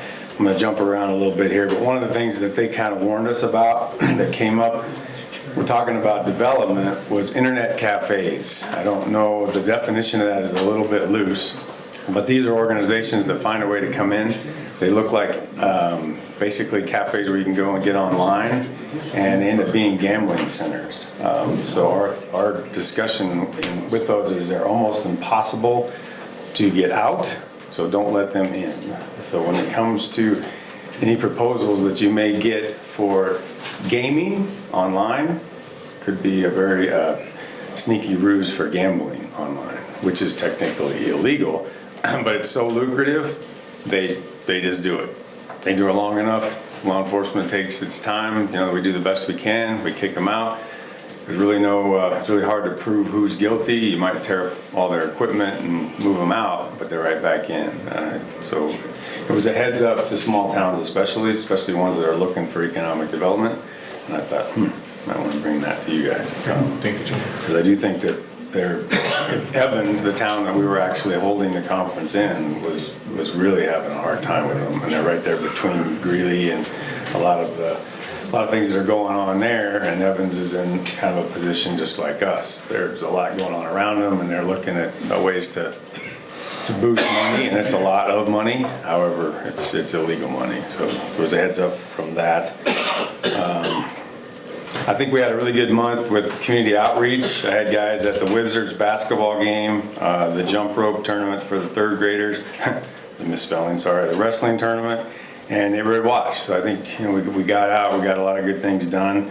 Last night I visited the academy. We got to spend 45 minutes with the new recruits that are in the police academy, pitching Monty. I think we were heard. I think we're on the map with the recruits. I think Alamosa obviously is our big brother, and I think there's a lot of good things going on between us and them. And I think we're kind of rewriting the book on how that's going to look like. I'm sure you heard Alamosa had a shooting last night.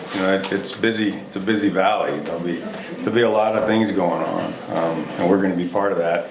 And I think we have some things to benefit from their academy. So I figured it was good for me to go kind of pitch where we're at and start changing the narrative that Monty's not the place to be. Monty's they don't have the right equipment. They don't have good cops. I think that's changing.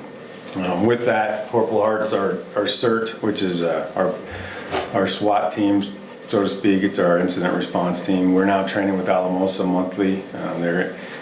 We're integrating with them. I'm not exactly sure what that's going to look like long term. I'd like to get a MOU approved with you and them eventually, but for right now, we're just benefiting from their training scheme, their schedule, their number of guys.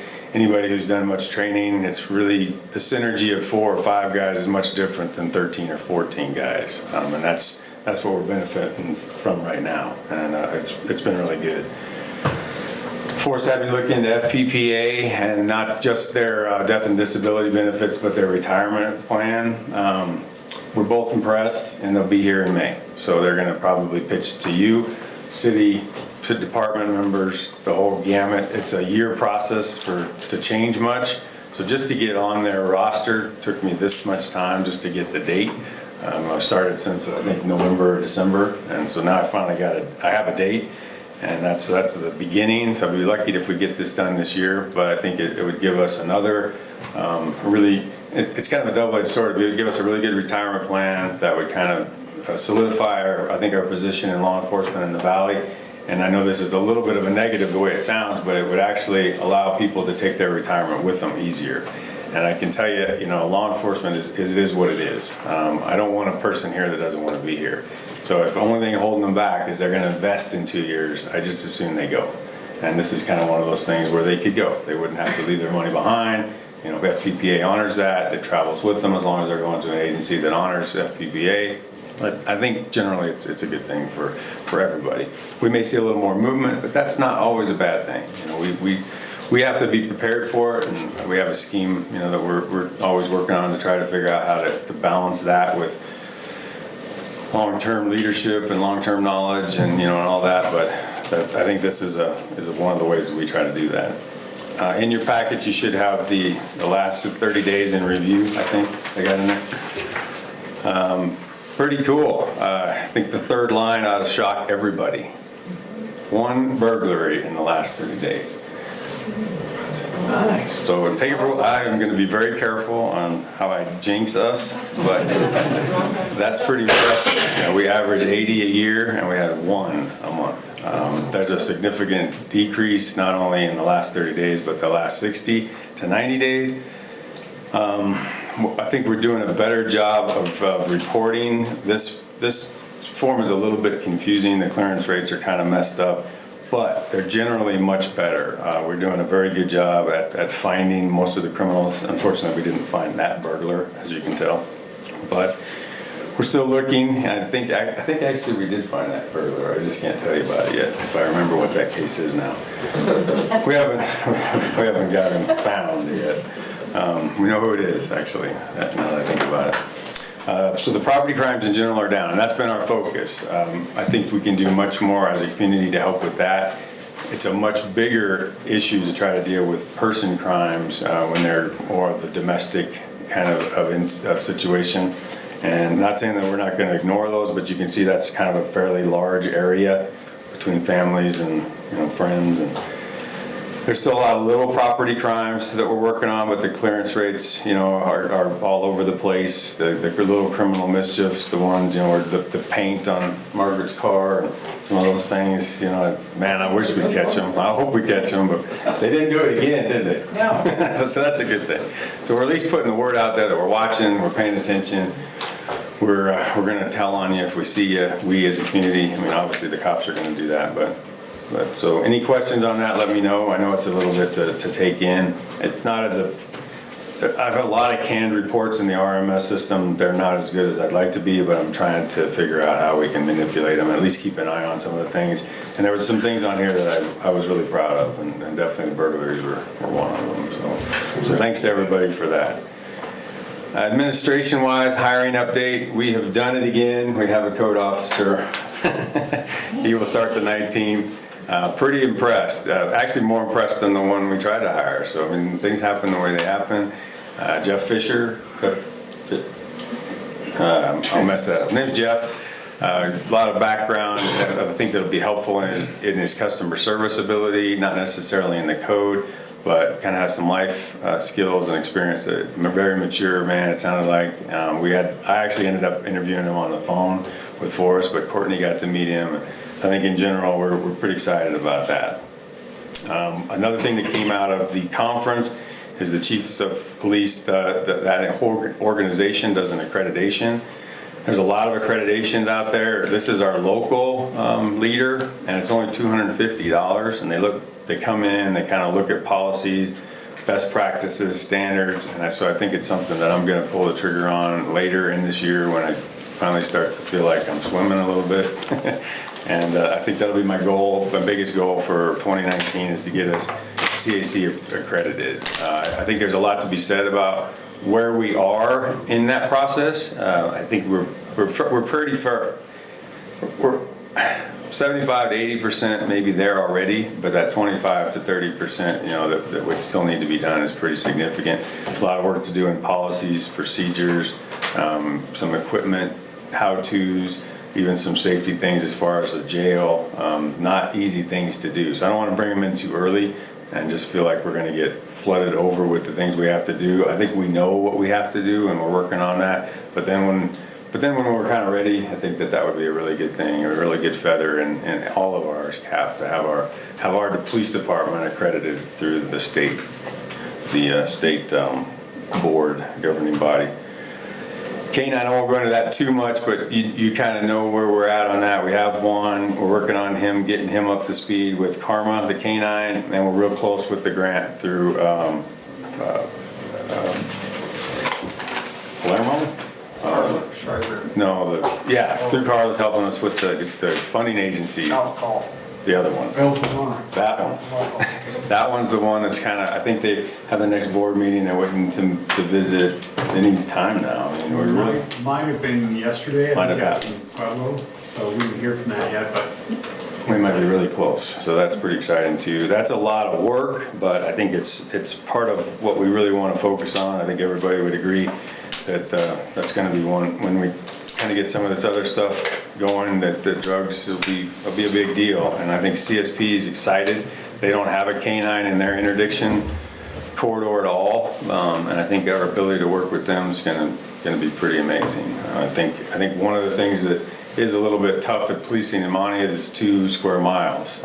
What we need is the ability to broaden it. I'm not saying I want a bunch of cops to go out and do work in the city, but if I get onto something and I lose my jurisdiction, that quick, and I just have to walk away, that's a problem. That can be a problem. So if we can figure out how we can work with the CSP and change agreements and kind of on certain special circumstances be able to go a little farther towards Alamosa or a little farther towards Swatch or work with Center, and start pinning some of these guys down and put them in jail, it's going to be just like the burglaries. That's my feeling. It's only going to take a few. I met with the sheriff. I talked with Nita. We're pretty much going to bring the IGA back to you with just a couple real small modifications, mostly off of the legal requirements that came with the duty to notify for incarceration. And I think that was basically it, to be honest. Some of the things I thought that were in the IGA that I was going to try to clarify with the sheriff ended up being out of the scope of the IGA and very problematic. The ability for us to house somebody who we end up shooting or hurting very bad could be very, very costly for our organization. It's something where I don't know that we're protected very well for, and the sheriff wouldn't be in a position where he could kind of take that on. The Valley doesn't have a secure facility for health care, so we would be putting somebody on that person. So I'm going to talk to Forrest about maybe talking with potentially security that might be able to be on call for that. It's something that we, especially after last night with the shooting in Alamosa, just kind of reminded me of what a problem that was in the metro area and the money that's associated with it. You critically wound somebody in the course of doing our job, we own them. They're in our custody. We have to guard them. We're not necessarily responsible for their medical bills necessarily, but we definitely have a huge expense in trying to make sure that they're safe, and we watch over them. So something that we're going to have to work on, and it's something that I didn't even really think about until I got to talking about that with the sheriff and what his definition of medical staffing and their ability at the jail, which is zero. They don't even have a nurse at the jail. So it's really tricky for us to even get people in sometimes, based on kind of some circumstances that we still have a little bit of hard time at defining sometimes. But the IGA is going to be fairly simple. For code enforcement, I kind of got ahead of myself. So code enforcement, we made the hiring decision. I have 4 people in backgrounds for officers right now. I'm two I'm very excited about, and then we'll see what happens with the other one.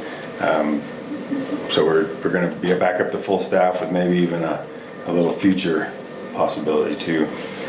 For code enforcement, I brought up to staff last week or the week before about the 160 kind of cleanup and what the thoughts were. And I kind of wanted some direction from you, so I just wanted tonight to be a time to think about it. The number of cars that are for sale, the little bending along the way, I think it's a public safety hazard at the very minimum. And I think it's also probably not exactly the message that we want to send when you're coming into Monte. I think there's some things that Monte has to offer, and they're very attractive. That's not one of them.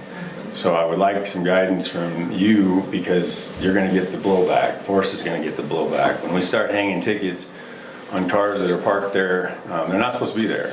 There's one trespassing sign, it's supposed to be 2.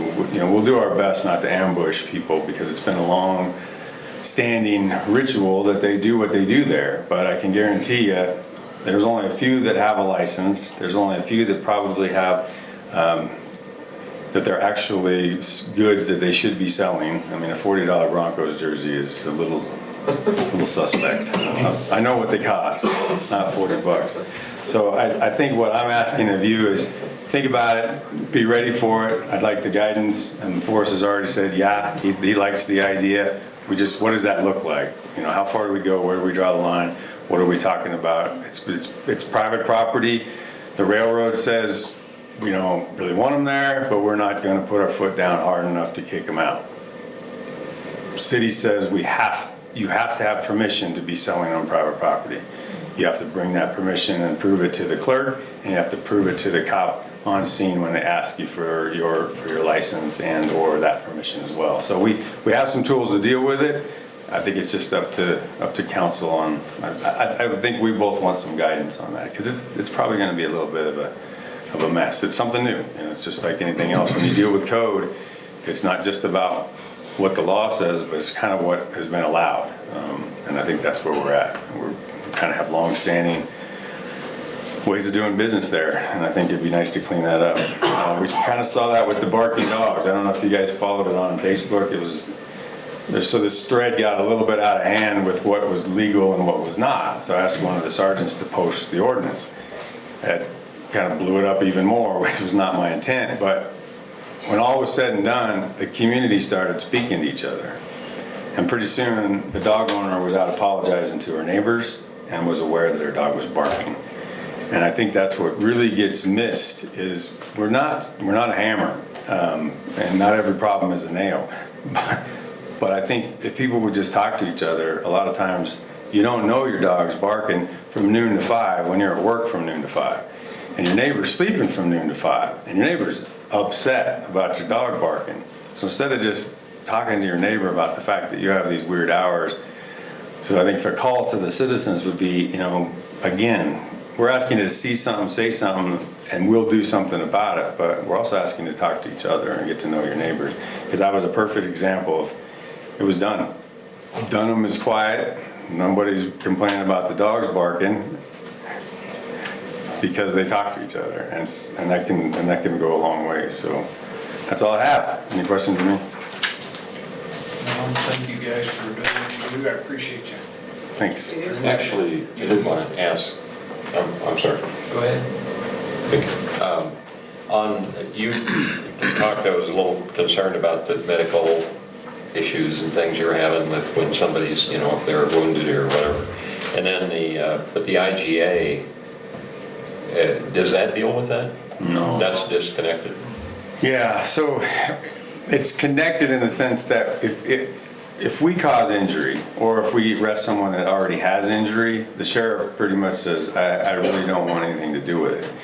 Because he can't. He doesn't have the facilities. He doesn't have a medical unit. They're definitely not a staffed medical unit with guards. So we would be in a pickle, to say the least, especially if we cause the injury. Most likely we have pretty good charges. We're not just going to say, sorry, you can stay at, unguarded at the hospital. They're probably. The thought would be is if we use that kind of force on something, they've either done something to us where we have significant charges, or they've done something to someone else, and that's typically what happens. So we may have caused the injury, but either way, we own the person, and we have to figure out they won't allow them into jail until they're way out of ICU and potentially, in a significant way of healing. So it can be a huge deal, especially in the valley, and it never even hit me until he and I were talking, because it was a huge problem in the metro area, and Denver Health has a guarded unit, and even then they would be like, look, once this person is kind of off of ICU, they're yours. So we would be down there guarding them, and that, with a 100-man department trying to guard somebody 24 hours a day, that was terrible. Imagine it with a 10-man department. So what is it sounds like a fairly serious issue. What is the solution to it? Preparation. We need to get with my best guess is in the short term, we'd have to handle it for the few days after the incident, and then we need to get probably a security company on retainer, have a plan, what's it gonna cost, put it into the budget. It'd be a contingent fund.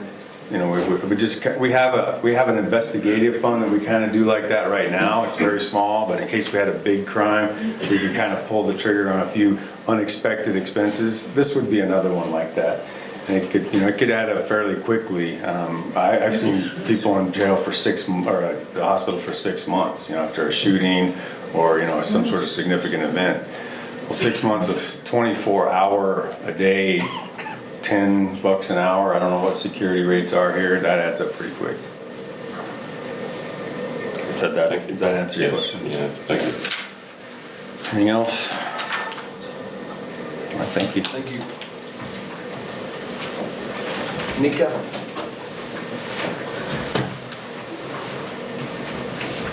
Good evening. So this will be pretty quick.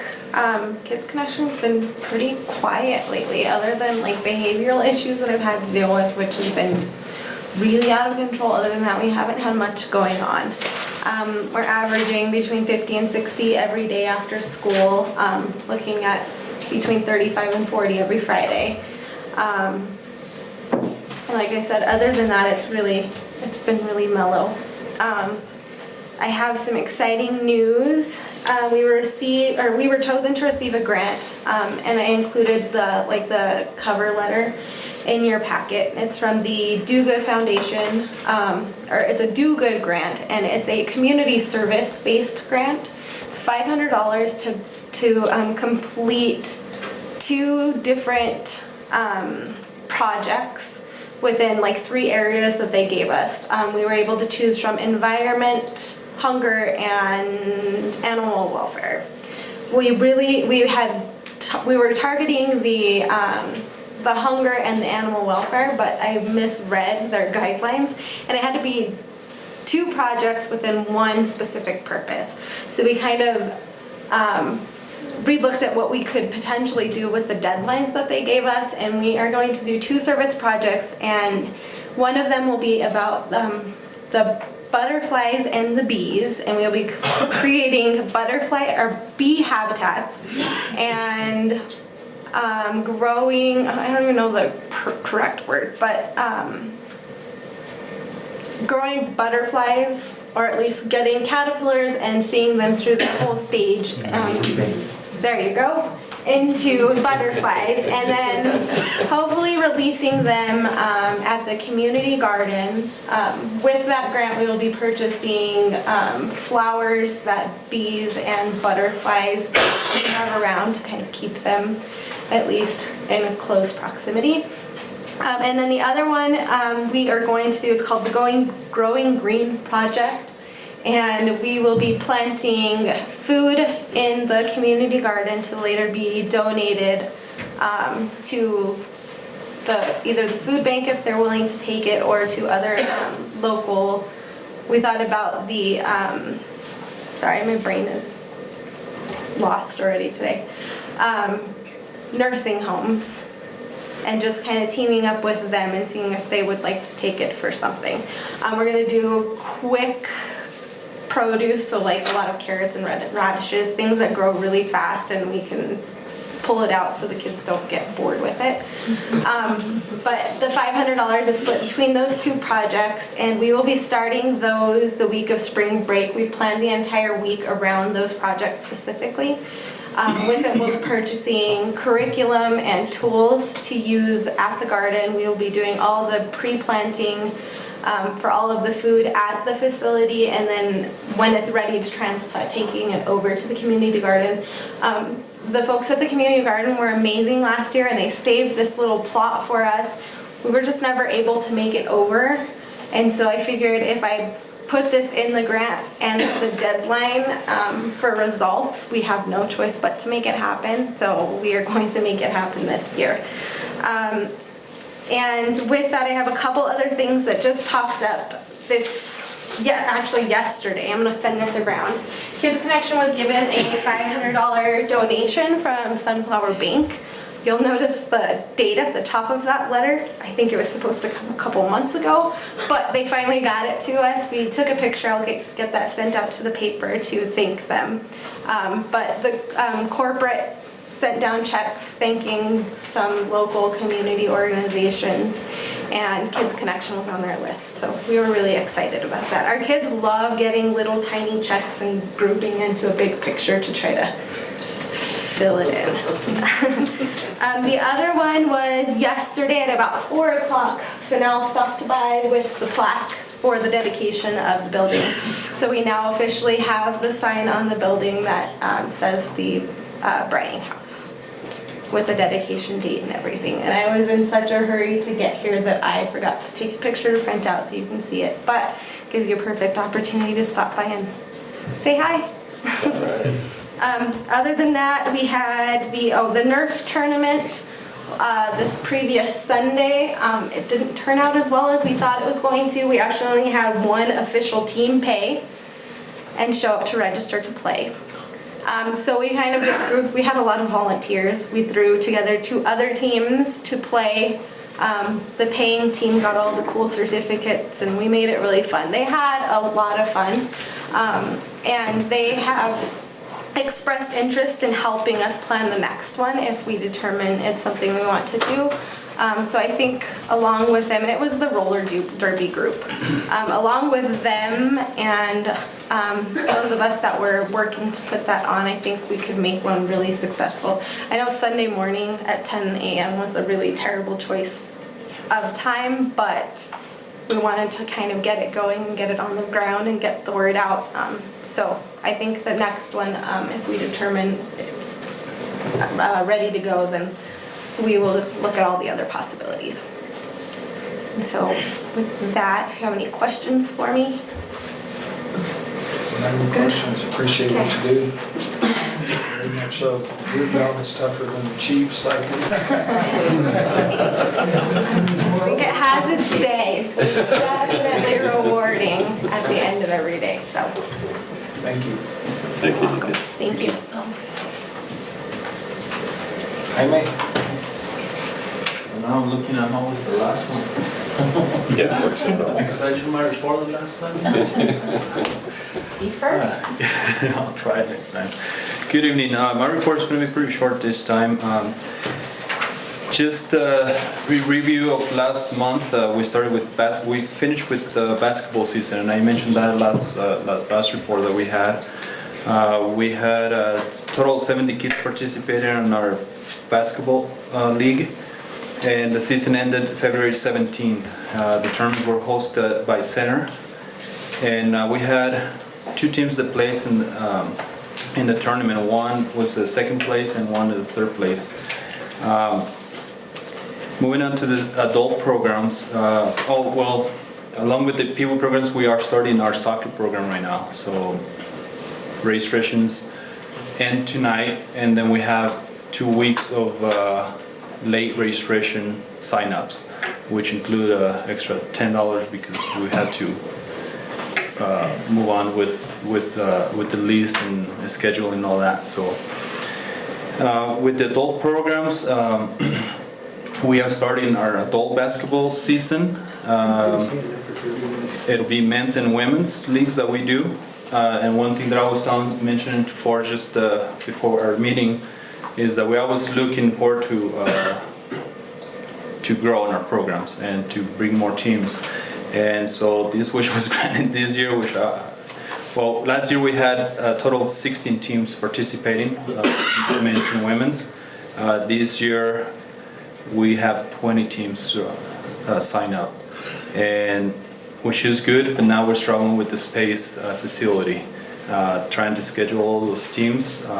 We already were playing Monday, Tuesday, Wednesday, and Thursday from 4 to 9. And now with these extra teams, we might have to include on a Friday or even a Saturday, just to get all those games going with the one facility that we have available. I mean, it's a good thing. It shows growth. People actually getting interest in coming into Monte Vista and participating here again, and I like to see that. Just the facilities is always the struggle, and I think we're getting there hopefully, and we're gonna try to work on that. So that league will start this coming week. We'll start March 5th, and it will go all the way through May. I would say the second week of May, just depending. Like I said, now that we have these extra teams, we might just have to extend it also. But we're thinking middle of May. I don't think it'll go through past May. Another thing through that, the contract that we had with the school by using the facilities, the way they used to work and the work that we did last year is that at the end of the season, then they'll send us the invoice, the bill, and then we'll send them the payment. Well, now they're requesting at least half of the payment before we start with our programs, And so that's, and I just, something that I need to probably get with and get the check ready for them by next week. Moving on to community events, the Recreations Department is still working very hard with CTC, Communities That Care, and RGPP, which is Rio Grande Prevention Partners. And like I've been mentioned before, we try to work together to help out with the kids and prevent them from drugs, prevent them from anything that is going to harm them or hurt them. And so one of the things that we created was the family skate night that we've been doing. We had one February 10th, which I wasn't able to attend because that's when I was sick for about 2 weeks. And then, but we are planning another one before we start actually the renovations at the Sky High. We're gonna have it on March 17th at the Sky High, and it's gonna be the St. Patrick's theme. So I invite everybody to come out, bring your kids, bring your family, enjoy it. It's a good time. It's just, you know, it's good to see parents skating with their kids, or even just walking with their kids while they're skating, teaching them. It's good to see. I also want to take the opportunity to thank all our volunteers that help out with that program. And one of the big volunteers is the SLB roller derby. They help out a lot. They teach the kids skating. They bring their own audio system, music. They bring their own light system. We have flashing lights and all that. I mean, it's awesome. The kids enjoy it. The parents enjoy it. But always the struggle. We always short on skates, and every time that because it's a small donation pretty much that we charge. It's $2 for skating and then $1 just to entry, and then we have concessions. So whatever is collected from there, we try to buy more skates for the kids that don't have skates, or the people that don't have skates, they can use them. And just to touch on the Nerf gun tournament, when we went on Sunday, you know, every time that you open something new, you take the risk of how many people are going to show up. And like she said, we have the one group, the roller derby, and with us being there, we just kind of created a couple teams just so we can get it going. And we had fun. I got the award for the, what was it? Cannon fodder. Yeah. I mean, I'm a big target, you know, what can you say? I was thinking, I'm just glad I'm of the law enforcement career there, because that wouldn't be pretty. But it was fun. I think it will be a good program to keep doing. I think eventually people, and like we discussed it, the timing and the time that we did it, that it was planned for, it's just, I think it was hard because most people goes to church at that time, and but I was there because I promised my son that I was going to take him, and so, but it was fun, and I think if we continue to pushing it, I think it'll be something that we'll stick to. And finally, well, not finally, but almost done. The Sky High and the Chapman Park, we don't have a lot going on other than we had a conference. The Monte Vista Crane Fest is coming up next week. Then we have the Home and Garden exposition there. And right after that, then the facility, like they mentioned earlier, will be out of limits for renovations. It'll be from April 10th through July 6th. It'll be pretty much closed. And hopefully with those renovations, we can move on forward and host more activities there. Other things that go through our department is I was glad to see the USDA here come and do the presentation. I think it was good information there. I think there's something that we can look into it. And now that the committee is working with this Sky High, maybe there's something that all together, I mean, can put the facility to a better use and eliminate these facility problems that we have at this moment, and that's our hope. So I also attend several meetings, conference meetings, rec meetings, CTC, RGPP, key leader, just to get involved with the community more with other programs. And last but not least, the little project that I had with that marquee that I've been working on, finally it's coming together. We're just waiting for a couple more of sponsors that committed to bring us the sponsor fee, and then we can go ahead and order it, and we can move on. And just looking in the room, I can see two of our sponsors here. One is Absolute Shine, and the other one is Baptist Calvary Church. There are two of the sponsors that we have among the Stampede, Monte Vista Chambers, the Rotary Club, Matthias Concrete, Crane Fest, and the Agriculture Committee. And so, we're just with collaboration and working together, you can accomplish a lot of things, and you can tell right away that everybody's ready to help out whenever it's needed. So I can't speak more for that. Once we see that new marquee there with the sponsors, will be good. So I don't know if you guys have any questions for me or any concerns that you have. Have you gone to the fair board yet and asked them if they want to donate anything? I haven't gone to the board. I had made a couple of calls, but I haven't get any response back yet. Who have you contacted? Well, the only one that I know is Nick Malone that I had called. Okay. I'll try to help you out. Okay. That's all I have. Thank you. Thank you, guys. Thank you. Mr. Mayor, Yes, sir. could I add two things that I just got related to?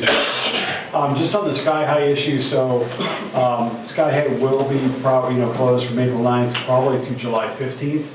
But some of the things like the rodeo events that we have, we'll still be able to accommodate them in the arena, and we'll use the outside restrooms for it. So, some of those things, they'll still go on.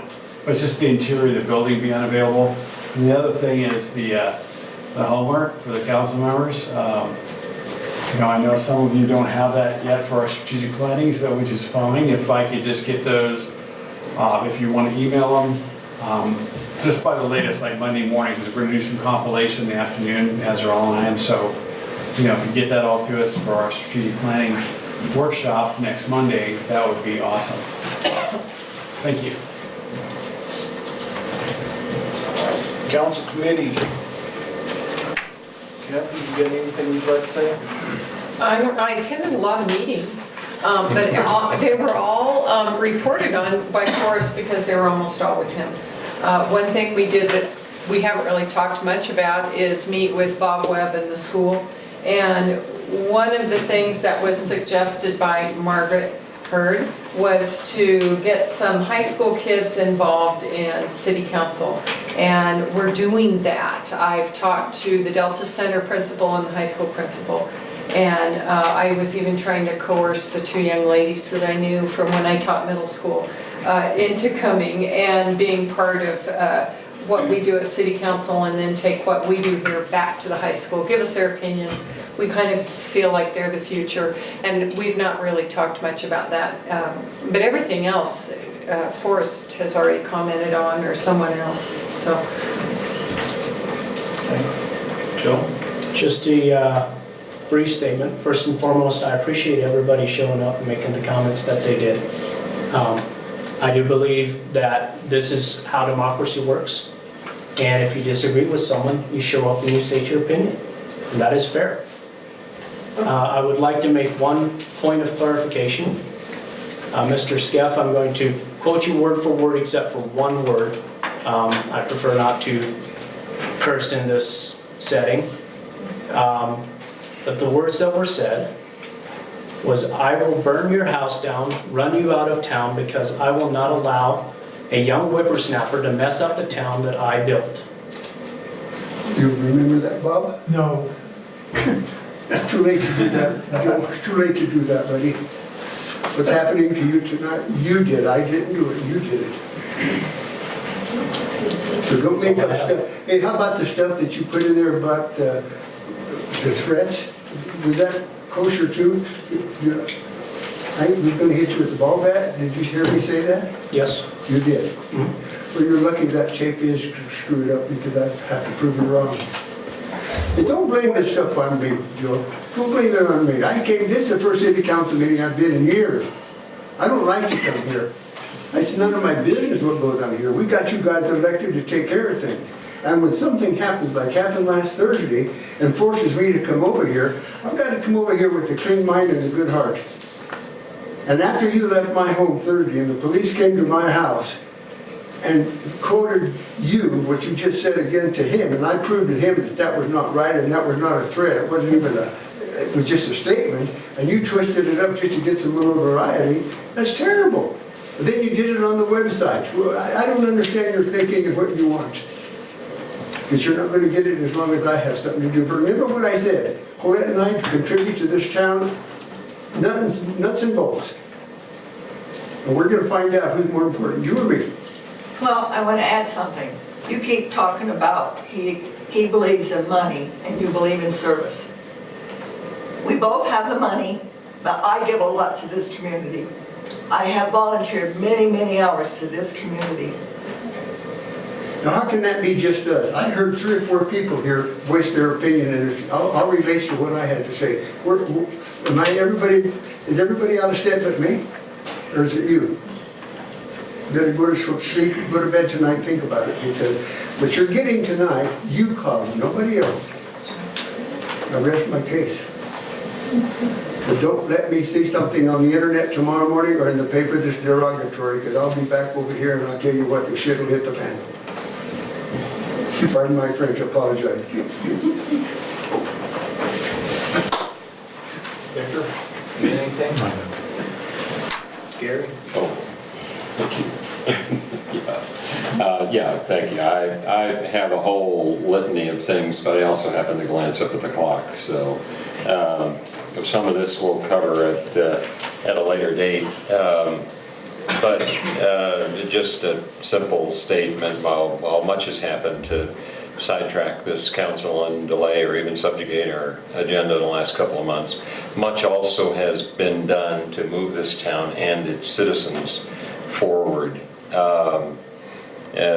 First of all, late March or early April, our head council with CIRSA will be with us here. It'll be public meeting to create and hone a code of ethics for the city council, an updated code of ethics for the city council. The other thing is the Ag Conference report, which is the one I'm going to skip. We'll talk about that again. I attended some meetings there that were extremely good.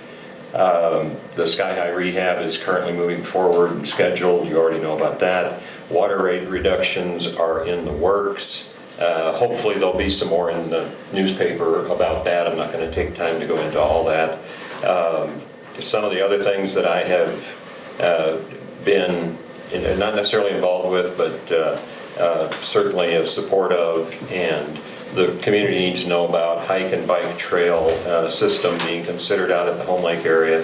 The rec department, Jaime Hurtado has built that particular department, and I think it's important. Every department is important, obviously, but what has grown to the point of having to expand facilities is his projects that is keeping the kids off the street. And obviously Anika's doing the same thing, and we're all working on that. But I wanted to single him out.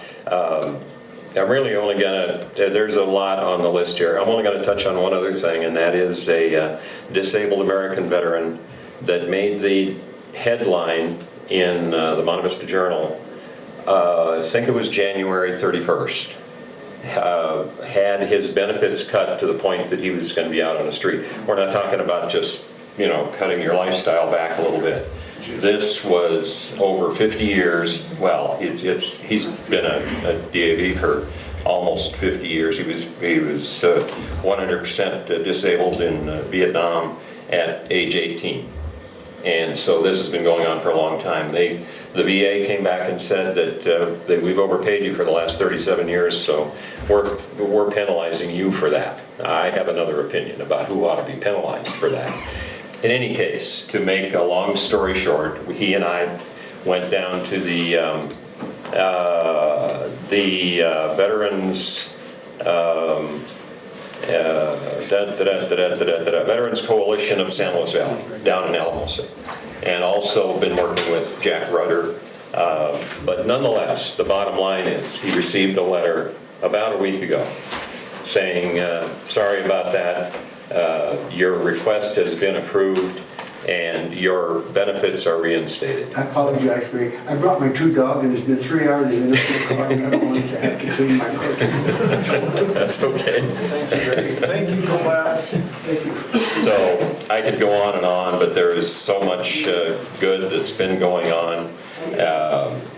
And like I said, I have a long list, and maybe we'll do that next time when it's not 8:30 at night. But I just wanted to emphasize that the meetings, the committees, the events that I have witnessed and had an opportunity to talk to people with are extremely encouraging. We are on a huge positive track with this city. Maybe it's because you elected me. Maybe it's just time, and I tend towards the latter. That there's the community itself is coming together, and I'm excited about that. So that's my report. Well, I won't keep you all much longer. I appreciate everybody coming out and having their comments tonight. And there's people in here that would like for me to step up and say some stuff, but you got to understand that me being in this position, I got to do things the right way, and that doesn't always make it that there's going to be people out here that are happy with what my time frame is. But everybody just has to be patient. We work through these things. I feel a good leader will step back and look at stuff, and I want to be a good leader. Am I now? Considering the last 6 weeks, you know. You've been pretty. But the community involvement, what has happened, and the positive side of things, I keep saying it. I see a light at the end of the tunnel, and it's not the train coming through the tunnel anymore. I do truly appreciate everybody that's been here. I appreciate what everybody does in this community. Everybody that's here, Gene, you as well. I appreciate everything everybody does. So, like I said, just be patient. Good things are coming. We know that. We see it. So you just got to be patient. So things aren't coming together as what we'd really like, but understand that I am working on stuff in the background, okay? So seeing this kind of involvement, and unfortunately it's for a meeting of what happened last week, this is what I would really like to see all the time. Even on the positive notes, guys. I appreciate each and every one of you that are here tonight. I appreciate everybody that's involved with this city. You all have your part in this community, and I thoroughly, thoroughly appreciate it. And all the support that you guys have given us means a lot to me. So I will end this evening with that. So meeting recessed till March 15th. Thank you all very much. Yeah.